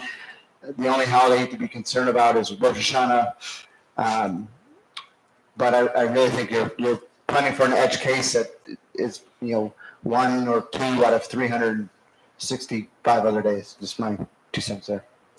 So I think they did remove 5 spaces from But then last they time. add 12 more, and Okay. that's Well, and then I guess I have a Still concern 700. about including those 28 spaces as part of the parking space count when I feel like those were already there as part of as part of the businesses. So, and if they're not really accessible to anybody on the property, then I don't know how we can count them towards the parking allotment. but there's plenty of parking. Yeah, no, I know they're overparked. I just don't want to see that we're counting No, that I them when agree. we shouldn't. And I think we can clarify it in any approval document, what the parking breakdown is. It's definitely a push and pull we see all the time. We have heard from the police station as well as from the commercial owners who we were directed to engage with that they think there are parking issues in the area. So we're trying to address that. And we hear your concern, but also from a marketability standpoint, we aren't going to be able to fill the units if people can't accommodate guest parking. So both on site, we have concerns about not having enough parking and it hurting us from a marketability standpoint. And then, impacting the surrounding neighborhood if guests can't park on site and are, going outside of the site. So definitely something we hear a lot with parking, too much, not enough, and there's often a split. So we think we've struck the right balance. And then I don't know, Terry, if you have anything to add on the pedestrian friendly nature of the site as far as people getting from townhomes to the clubhouse and your thinking there. Carl, if we just go back and look at the site plan, we have sidewalks pretty much along both sides of all the streets. There's pedestrian walks that can pretty much go anywhere within the development and especially to the club. So, there's the walkability of this internally is I think is quite good. So we've really worked hard at making sure the sidewalks have some legitimate connectivity. So. All right, anything else from the commission? Commission? One other, sorry, I know you didn't ask a question, but I'm back. On the public benefits, we need to go back to the slide, but we did try to differentiate because we understand that, you don't see what we put as community benefits as public benefits, but we'd love to hear your feedback. If the making that wetland area or the woodland path publicly accessible is, enough to move the needle, I think we would go back and talk to our partners and try to get them on board with that and, work with our insurance providers. So we'd love to hear kind of direct feedback. Would that be enough? I think we're hoping to get this to move forward with this hopefully after tonight. And so if you could give us a little bit more, just throwing that out as an offer, we'd have to get it. But if that were enough to move the needle and we heard that from you tonight, I think that would really help us in those discussions. Yeah, since I'm the one that kind of raised it, I think it certainly helps. There's been other developments that we've considered that have things like, parks or something that's on site that's accessible to neighbors and things like that. And so I think if you're having that green space anyway, and you're going to call that a public benefit, then truly having it accessible to the public goes a long way in my mind in it being a true public benefit. I don't know what everybody else thinks. I know I kind of raised the stink, but I welcome comments from others. No, I agree. I think part of the point of all of our regulations and the policies we try to build to are we don't want to have developments that are enclosed upon themselves. And I think when you can't, no one's going to walk up the railway, so that access is not there.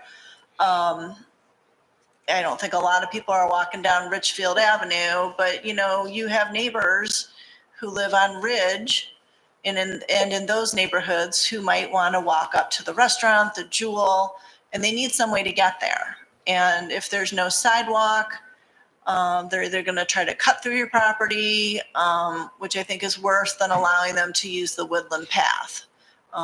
You can force them. And again, I feel like this is, you're forcing people to cross streets that they might not want to. If they're going to Jewel, you're forcing them to cross Ridge to walk on the left side of Ridge, if you will, the west side of Ridge, and then walk up the Old Deerfield, cross Old Deerfield Road and walk up the police station side of Old Deerfield Road. And that's not the easiest either in order to get to the Jewel.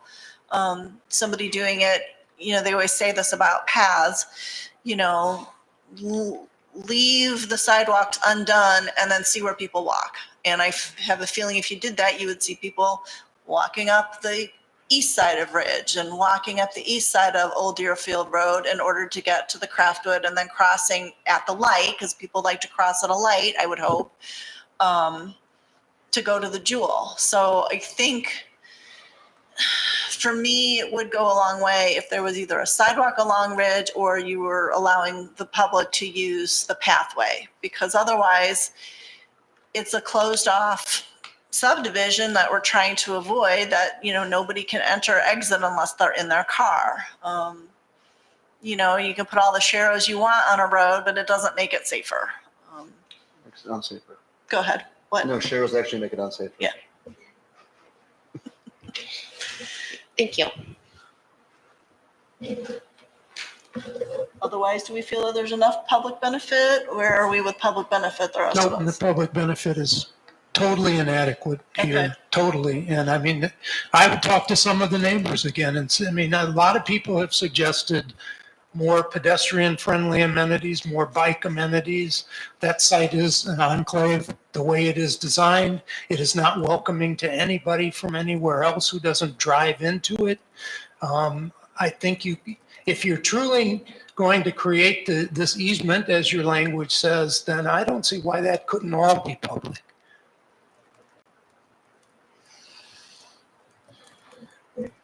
Anybody else? We have our count. Did you want to say something, or you'll wait till the public? Okay. So we are now ready for the public to come up and speak. So if you would like to come and speak on this, please line up. Some of you have been sworn in previously, but I'll ask you to state your name, spell your last name, and you all have 3 minutes. And we're going to try to keep to that tonight. Hi, Eugene Goldfarb, G-O-L-D as in dog, F-A-R-B. I've been a resident of Ridge Road for almost 50 years. I was very disheartened when I see more of the same, very little changes, but I'm very heartened by exactly what the commission says. That this is a historic opportunity. 100 years ago, industrial, we wanted it separate from our community. Now the challenge is integrating it into the community. And I like the fact that they looked at the transportation plan, Move HB. But what does it say? Goal 1 is cycling and walking are a safe and integral part of city life. Goal 3 is develop and maintain a continuous interconnected cycling and pedestrian system that accommodates short and long distance trips and provides connections and access to major community destinations. And objective 3, or goal 3, is plan and implement safe off-site east-west bicycle routes. This is like our one bridge over 41. There's should be a way to pull the traffic off of Ridge Road and take it through the community and dump it out right at the bridge. And there's a lot going on at this site. It's residential is happening, commercial, institutional, public safety, recreational. If the project's successful, there's opportunity for that whole center to build up and to be a vibrant part of our community. And I wholeheartedly endorse all the comments from the commission saying, let's integrate it. Let's provide a public benefit. We need a public benefit. We got to pull the pedestrian and the bicycles away from that bottleneck at Ridge Road and Old Deerfield Road. And there's a historic opportunity, a once in a lifetime. We got to do it right. If we don't do it right, we'll reject it. We'll regret it.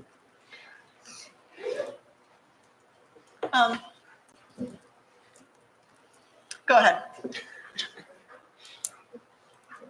My name is Martin Karp, K-A-R-P. I live further south on Ridge Road. Were you previously sworn in for testimony? Yes, you were? Yeah, no, I wasn't. Okay, I'm sorry. do you swear to tell the truth, the whole truth, and nothing but the truth? Yes. I- Okay, you've got 3 minutes. Okay.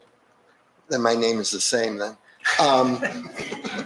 So I have three items I'd like to address. Okay. First of all, with regard to the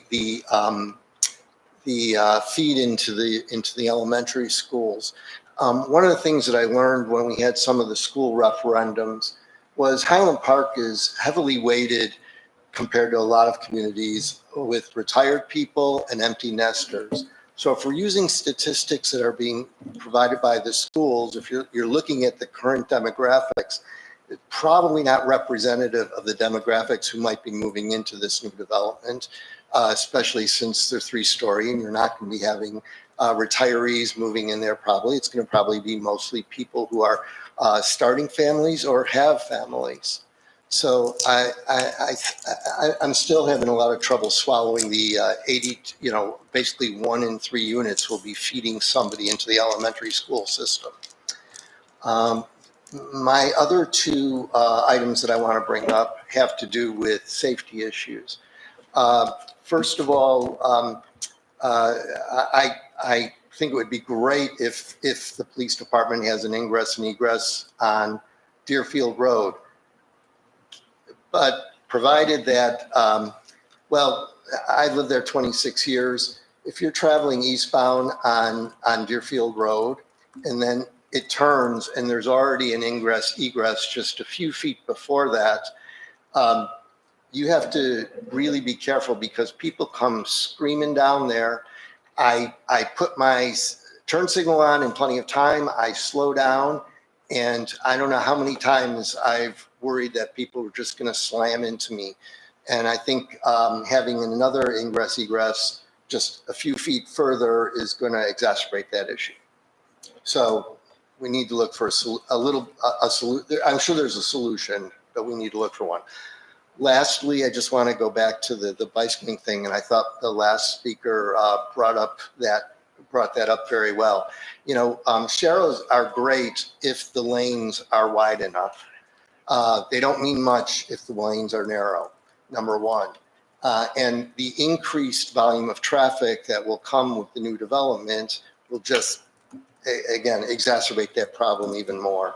So that, I think we have to make sure that we address the width of the lanes and and maybe more creative solutions, as Mr. Goldfarb brought up, for dealing with the bicycle traffic. And I say that as one of those old farts and spandex on bicycles that use that road regularly. Thank you very much. Not for you, but for perhaps for the applicant, I think the bike path runs along the east side of your development. Could you not, put an access to the bike path? It's on the other side. Okay, well, rats. It's on the other side of the tracks? No, it's on the west side of the tracks. Oh, well. The Chair, so the subject property is here outlined in red. Yes. The railroad track is here. Then there's private property, and then you have the, what's that? Can you keep that? Oh, you can't see my mouse. Sorry. So this is the railroad right away. Yeah. This is private property, and then this is the bike trail here. Oh, okay. I guess I don't go down that part very often. All right. So I'm sorry. Have you been sworn in? 2 meetings ago, but I can do it again. But it's about this subject, right? Yes. We'll count that. Okay. All right. So please state your name again on Stephanie spell. Kirch. I'm a Okay. Highland Park resident for a long time. And I have so many questions here, but originally, forgive me, I missed the second meeting. I was only at the first one. And it was a pretty dismal lack of renderings that really put you in the space. Are there any great renderings available now so we can really get a feel for what it's going to look like, what you're asking people to accept?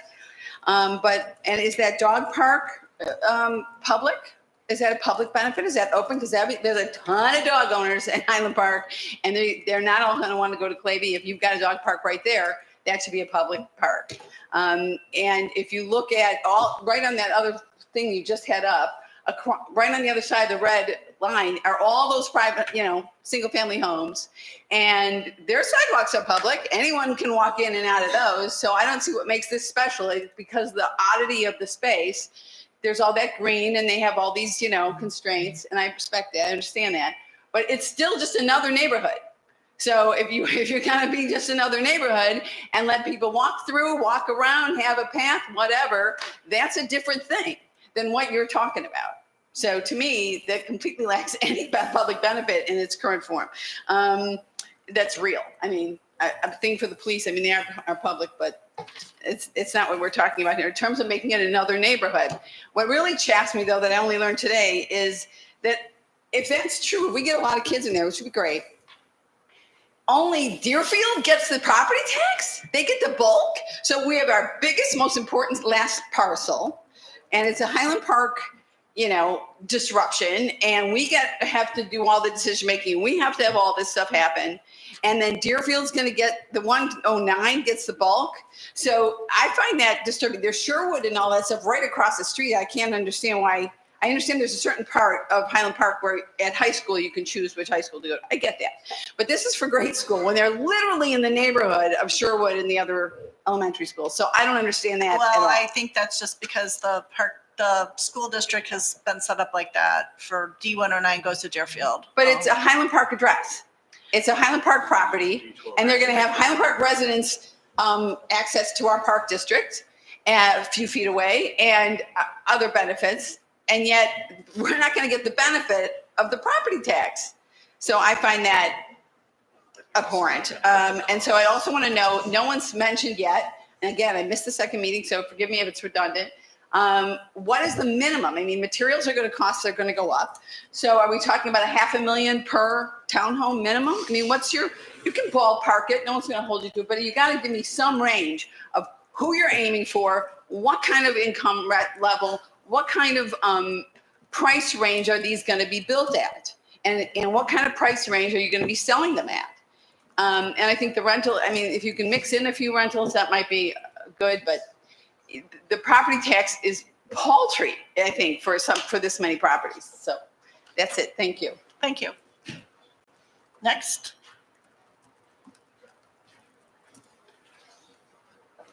My name is Michael Tarnoff, and I've lived in Highland Park for 53 years. And have you been sworn in before I on this? have been sworn in at the last meeting. Okay.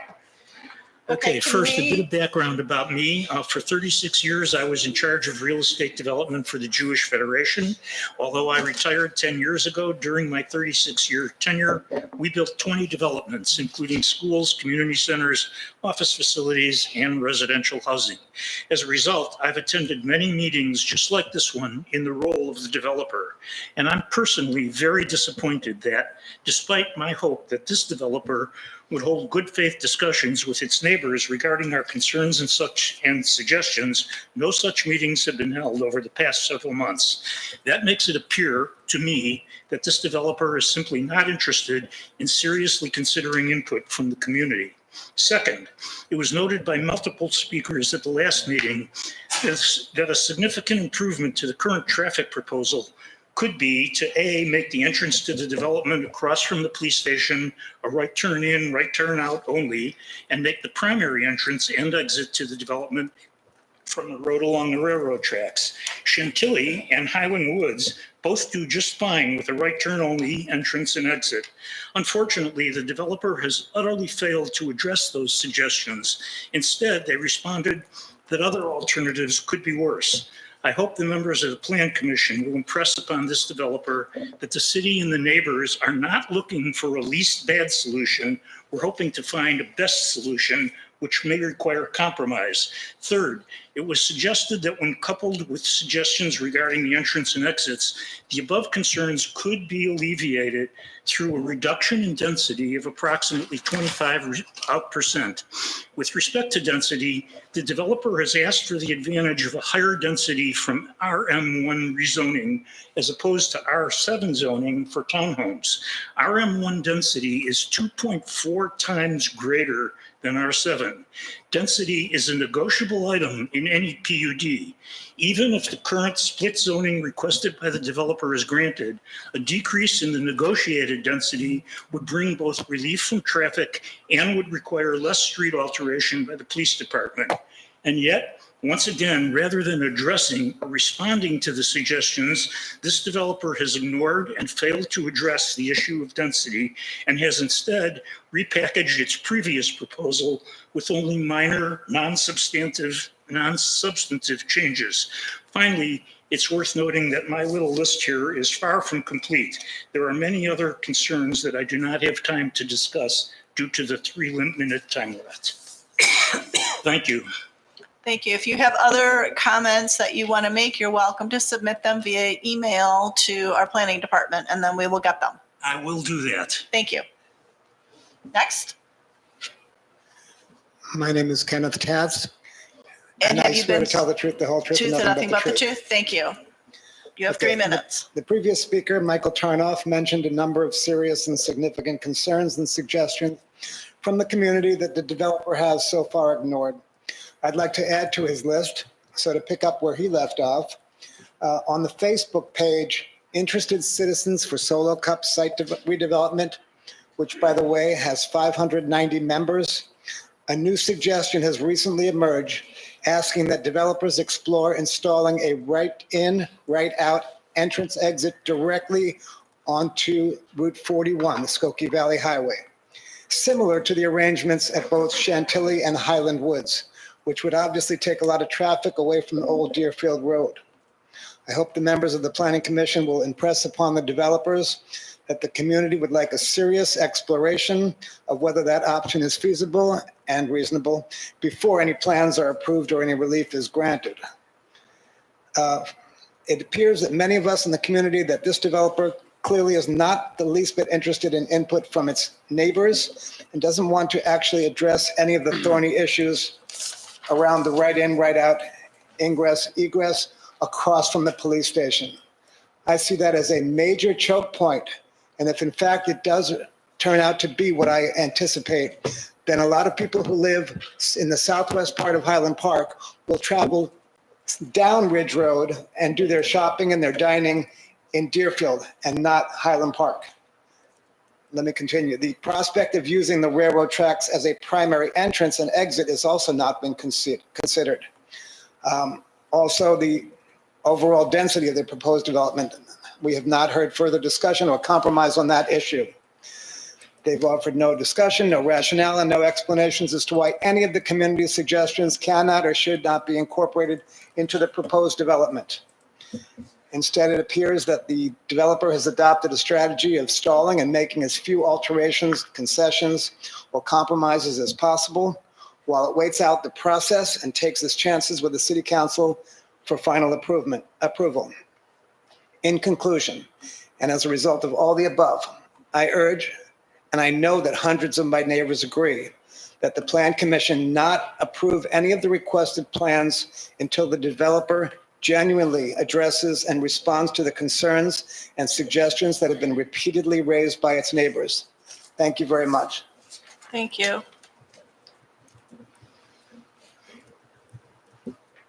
Have you been sworn before? No, I have not. Do you swear to tell the truth, the whole truth, and nothing but the truth? I do. And your name, please? Eileen Tarnoff. Okay. My name is Eileen Tarnoff, and I certainly agree with the comments made by the previous two speakers, my husband, Michael Tarnoff, and our neighbor, Ken Tatz. However, I would now like to read a question posted by another neighbor on the Interested Citizens regarding Solo Cup site redevelopment on the Facebook page. His name is Ed Brill, and he could not be here to speak for himself tonight, but asked that we read his post. He says, I cannot make it tonight, sorry, but can you or someone carry my question for me? How can 240 residents with room for 500 cars be expected to generate only 119 total trips distributed between inbound and outbound during the morning peak? An average of only 0.5, one-half trips per unit? No buses, garbage runs, cleaning services, repair companies, etc. The developer is really deluding itself here. I continue to object to the entrance exit across from the police station. It's going to make things very challenging for Ridge and Old Deerfield traffic, and there isn't much room in the development for traffic to wait its turn to go onto Old Deerfield Road. On behalf of Ed Brill, I certainly hope that the members of the Planning Commission will demand an explanation for the developer as to the counterintuitive presentation in this traffic study. Thank you. Thank you.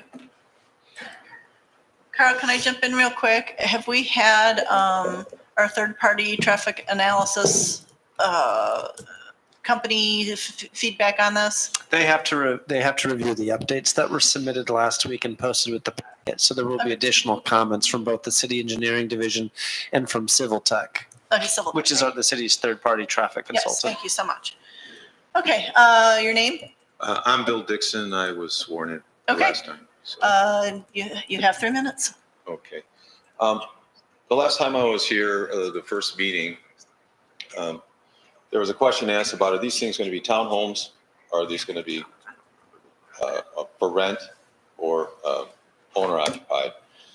And I'm not sure who it was who stated it, what their position was, but they had stated that the decision had not been made yet, whether they were going to be sold or they were going to be rentals, which seems a little incongruent with a financial plan. This is a big project. They must have some idea on their revenue generating. There's got to be a plan. And tonight it was also, I believe, discussed or asked what these things are going to be. And still there's no answer yet. I think we all need to know that. We deserve to know that. What's the secret? Tell us what this is going to be. Who's going to be moving in there? I didn't realize there was going to be a meeting tonight, so I really didn't have much to time to come up with a nice speech here. But I do have a couple questions or observations. I think I'm a pretty reasonable person. I like Solo Cup was a great neighbor. I thought they were very good. They were almost no impact at all, to be quite honest. They were very good with the neighborhood. And it doesn't seem like there's much communication here going on with you folks about the numbers of traffic, people moving in, the impact on the schools. I just want to check my notes here for a second. The other thing that I thought was, as a reasonable person, I'm a plumber, so I see plans all the time. And I have codes that I have to live by, restrictions. If we don't have, if the limit is 35 feet and the closeness is 15 feet and all these other codes that we have, why are they going to get to bend them? Why do we have codes at all if we can't live within them in the community? You want to build in the community, live within the standards of the community. Someone said something about, let me just hang on one second. There was a reference about, where was it?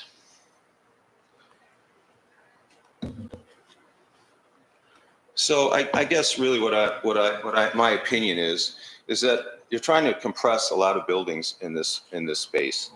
You're getting more buildings in here because you're going against the existing standards and codes. You're squeezing 3 feet less in every building that you've, so you're putting more of a footprint on this property. I don't want that. I want you to develop the property, but don't make it so dense that it's going to affect traffic and the schools and everything else. Just play by the rules that we have here.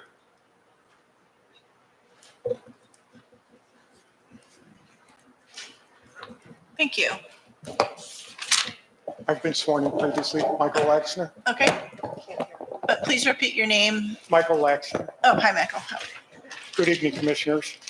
The proposed 5 to 10 foot light industrial zoning strip along the northern property line of STEM should be rejected or restructured. It is a dead zone that is meant to avoid a regulatory conflict. Zoning districts shouldn't be created just to avoid a regulatory conflict that wasn't foreseen. Code conflicts should be corrected with text amendments and not by creating convoluted zoning districts. The inclusion of this unusual light industrial strip will also create a regulatory problem.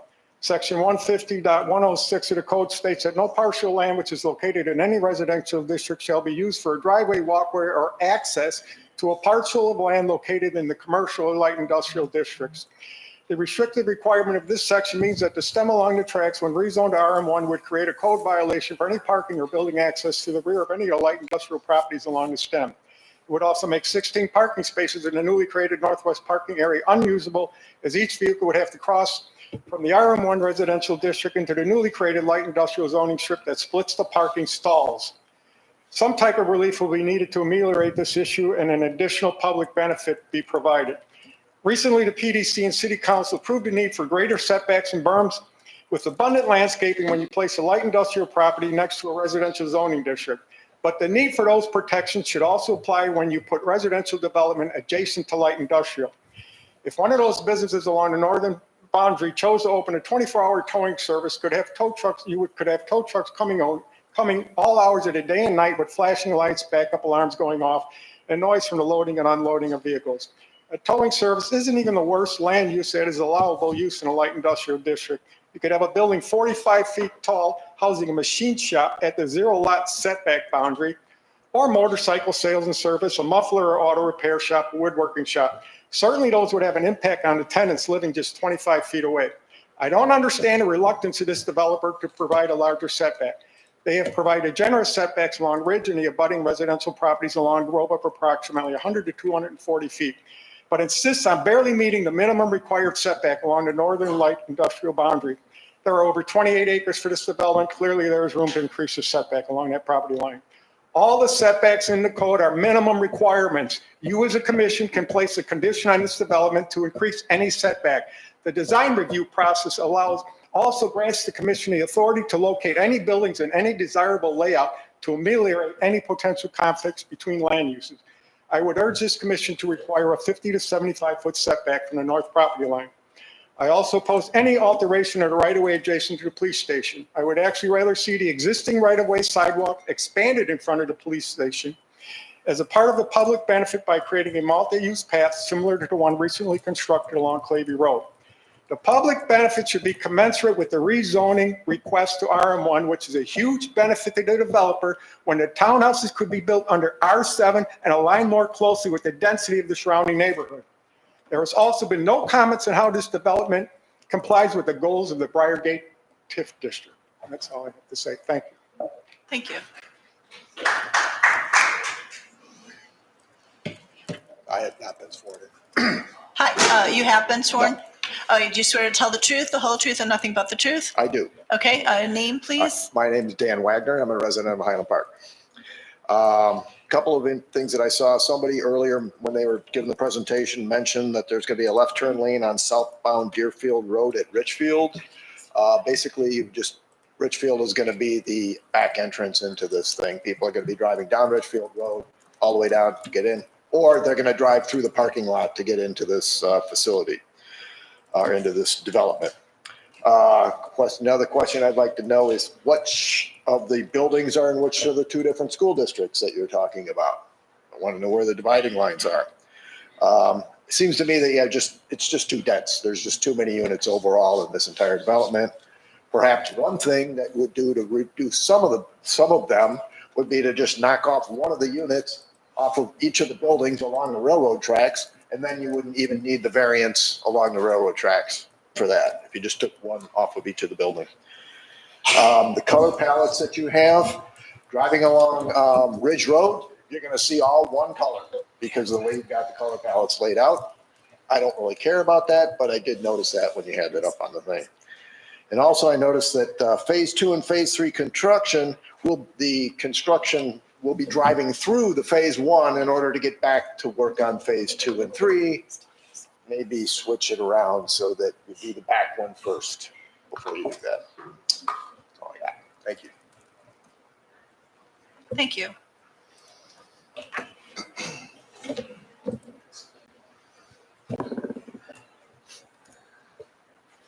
My name is Carl Schwartz. I was sworn in at the last meeting. Okay, thank you. Commissioner. You have 3 minutes. Commissioner Chairperson, you mentioned that thing in the beginning. You were confused about something. I was talking about the ComEd access to the back of my property. Yes. That's what we were talking about. Yes. I just want to clarify that with you. I also want to talk about the 41 feet that my friend Bill brought up, Bill Dixon, plumber. We do have codes here. We do have rules here. They don't need to be bent for this. And Mike so greatly said, and his speech was phenomenal, about how, you guys have the power of a PUD to those setbacks are a minimum. And I think they kind of skirted it because they had to, because we would have sued the hell out of them and you guys and the whole city over it, because you would damage our value of our commercial property. So you had to give us that 10 feet. It was an ingenious solution, by the way. You guys are great at that. That was smart. However, it is not in the spirit of the code. It is not in the spirit of, like Mike said, that is not what those setbacks are for. Although I appreciate it greatly. Trust me, my heirs will appreciate it too. But let's talk about 25 feet, just so you guys get a reference. I was going to bring a my cousin Vinny moment and bring out the tape measure and do all that. But 20 feet is roughly to that post from that corner. 25 is one window in. That's 25 feet now. Originally, they're asking for 20. Think about 40 feet tall, 41 feet tall right out your back door. Okay? So think about, if we have transformers back there, we have power back there, we have big stuff. So I think that is a big concern of mine, obviously. It's the thing that I'm most concerned about. I don't need parking. I'm fine with parking with my spot. I'm good. I have a wood shop. And that's another thing. I can build 45 feet high. I can run my machines all night long. They'll be loud as hell for you people. You don't want that. And by the way, my building shakes like hell when those trains come by. So good luck on those 15 feet away from that train track. I'm one in. I don't know what Sean's building's like. I have no idea. But I know my building, I have to put my lights and put them together because they fall apart. Literally, it shakes the building. So, I mean, if you guys are going to do this, good luck. And also, you are renting these. Do the math. You can't sell these things for $1 million a piece, which is what you'd have to do to make any money. You would have to, you're going to rent them for $4,000 a month, 5.5 years, you'll get your ROI, you'll sell it out to a developer, make a ton of money and walk away. And by the way, you're going to leave in 3 years. We're going to be here the rest of our lives. So just remember that. Also, I guess, whatever. That was my main points of those things. But those heights are important, guys. You're going to block out my son. You're going to block out my everything. And again, it was ingenious, by the way. I love that 10 foot. That was, I am an architect. I do have a degree in architecture, so I'm not a complete idiot. I've been a builder in this town. Also, one last thing. I was about parking lots, parking spaces. When I did the Highland Park Theater, Joel, how many spots did I put there that I gave to the city? What was that, 50 spots at least in there? I don't even remember. But we did it all with the drainage. It was a super expensive parking lot. It was over $1 million that we just basically gave to the city of Highland Park. Deeded the land, everything over to them, built it all and did it all. So I don't see you guys even coming close to that. Those crosswalks are 20 grand. I put one in.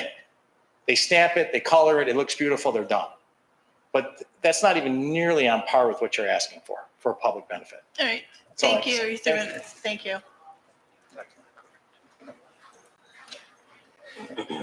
Evening, Jim Lederer, resident of Highland Park, owner of Bluegrass, right on the corner. I think you've And been it's sworn in amazing. before. I'm sorry? You've been sworn in before? Yes, I have. All right, go ahead. And it's amazing. I've heard so much about this company. They're a wonderful company, huge. But what they are really bringing to town, the way they're talking with the business owners in the neighborhood, they're really not worried about us. They're worried about themselves. They're trying to cram this in. The comments tonight have been great. You guys have been very protective so far. And I just don't think this is even close to being ready to go through.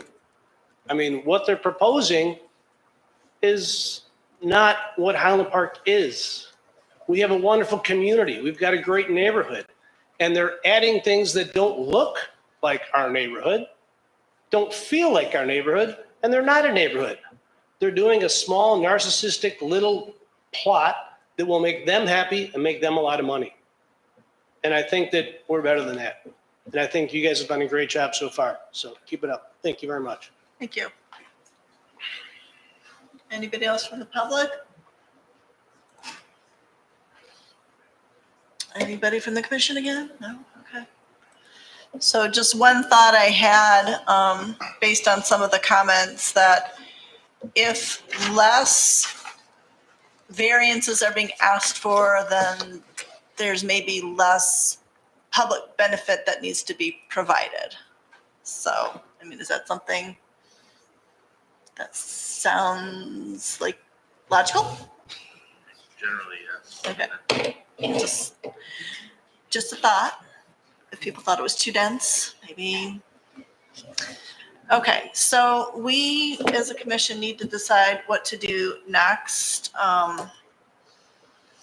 Obviously, we need to continue it to a date certain. Is there more information that we need to give the applicant to go back with? I think we gave them a lot of feedback in terms of public benefit. Is there anything else that we feel that they need? I have some feedback. Okay. This is just my point of view. I don't speak for anyone else. No, but, that's all right. As a commissioner, I feel that this is little denser than I would prefer. I know you guys have a business, you gotta run, but I think you're trying to cram too much in here. I like to see, again, less parking, but I've said it like 5 times already. And then also, we haven't really touched on like any of the design of that aspect of these units at all. But I kind of look at these and I feel like it doesn't like, it feels more something you'd find in a planned development in the far western suburb than in Highland Park. And so, just my opinion. So I know you guys are looking to push this through. I'm nowhere close to getting my vote to yes on this. I think there's still a lot of work to be done. Same with the public benefit. And I do think as a whole, I'm amenable to the idea of having townhouses here. But I think there's still a lot of work that you guys need to do to get closer to where we would be comfortable moving this forward. And I do think there were some architectural comments in the letter by Walter Hainsfurther that's included in our packet, discussing the stone face and how high it should go. So I suppose that's worth looking at. Will Go agree. I agree it's too dense. I think it's an enclave and not welcoming, doesn't meet the design code. I think there's not enough open space within it. That's part of the problem with the density. The public benefit, as I've said, it's nowhere close. And what really, the problem is, this is our third meeting. We said in the first meeting it was too dense, and the response was, well, we could have made it denser, but we came in lower. But our problem with the density was not what you first thought it should be, it's what you presented to us. And I don't think we're going to get any movement at all on that question. And I'm just not sure, I without a change in that, I won't get there.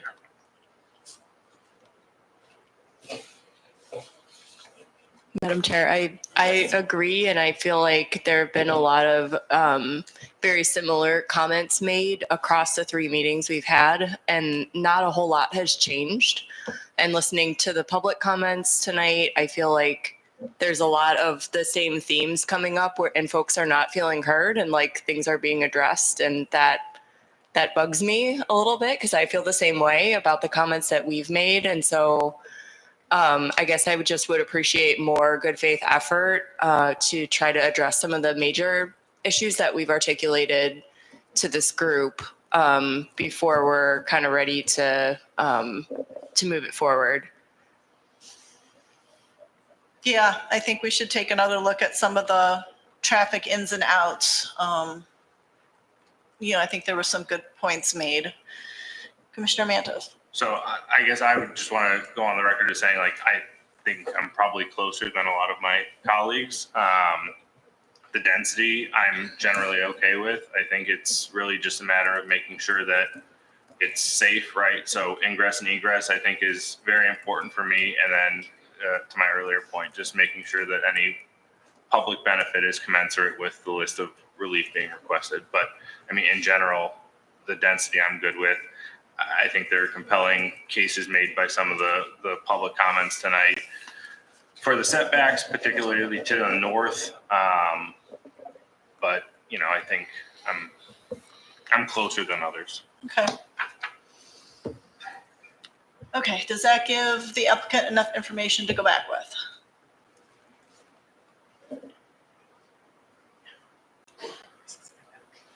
And our point here is to make everything better. We're getting there. So we obviously need a continuance. Is there a date that the planning department would like? Yes, Chair, we have this facility reserved for Tuesday, July 29th. So that would be a 7 p.m. meeting on Tuesday, July 29th, this location. Okay, can I get a motion to continue the meeting to the 29th? So moved. Can I get a Second. second? Is this a voice vote or do we need to? Voice. Okay, all in favor? Aye. Any nays? Okay, so we'll continue this to the 29th.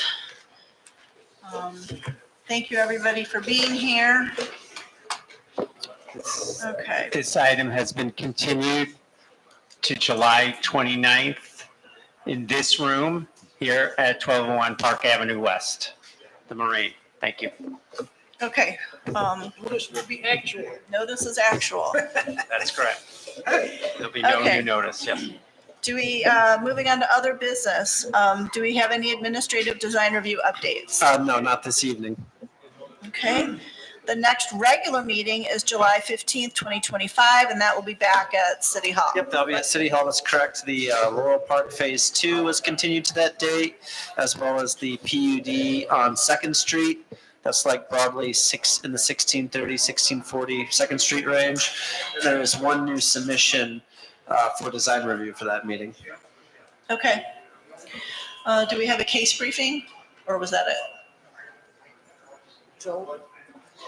Can I ask that you take your conversations out of the room? This is an extra meeting for us, and we are trying to finish it. We do not, Madam Chair. Well, not quite yet, almost. Okay, is there any business from any more business from the public? Public is leaving. Okay, Motion to adjourn. yes, so now we'll take a motion to adjourn. Motion to adjourn. Okay, a second? Seconded. All in favor? Aye. Any nays? No nays. All right, thank you, everyone.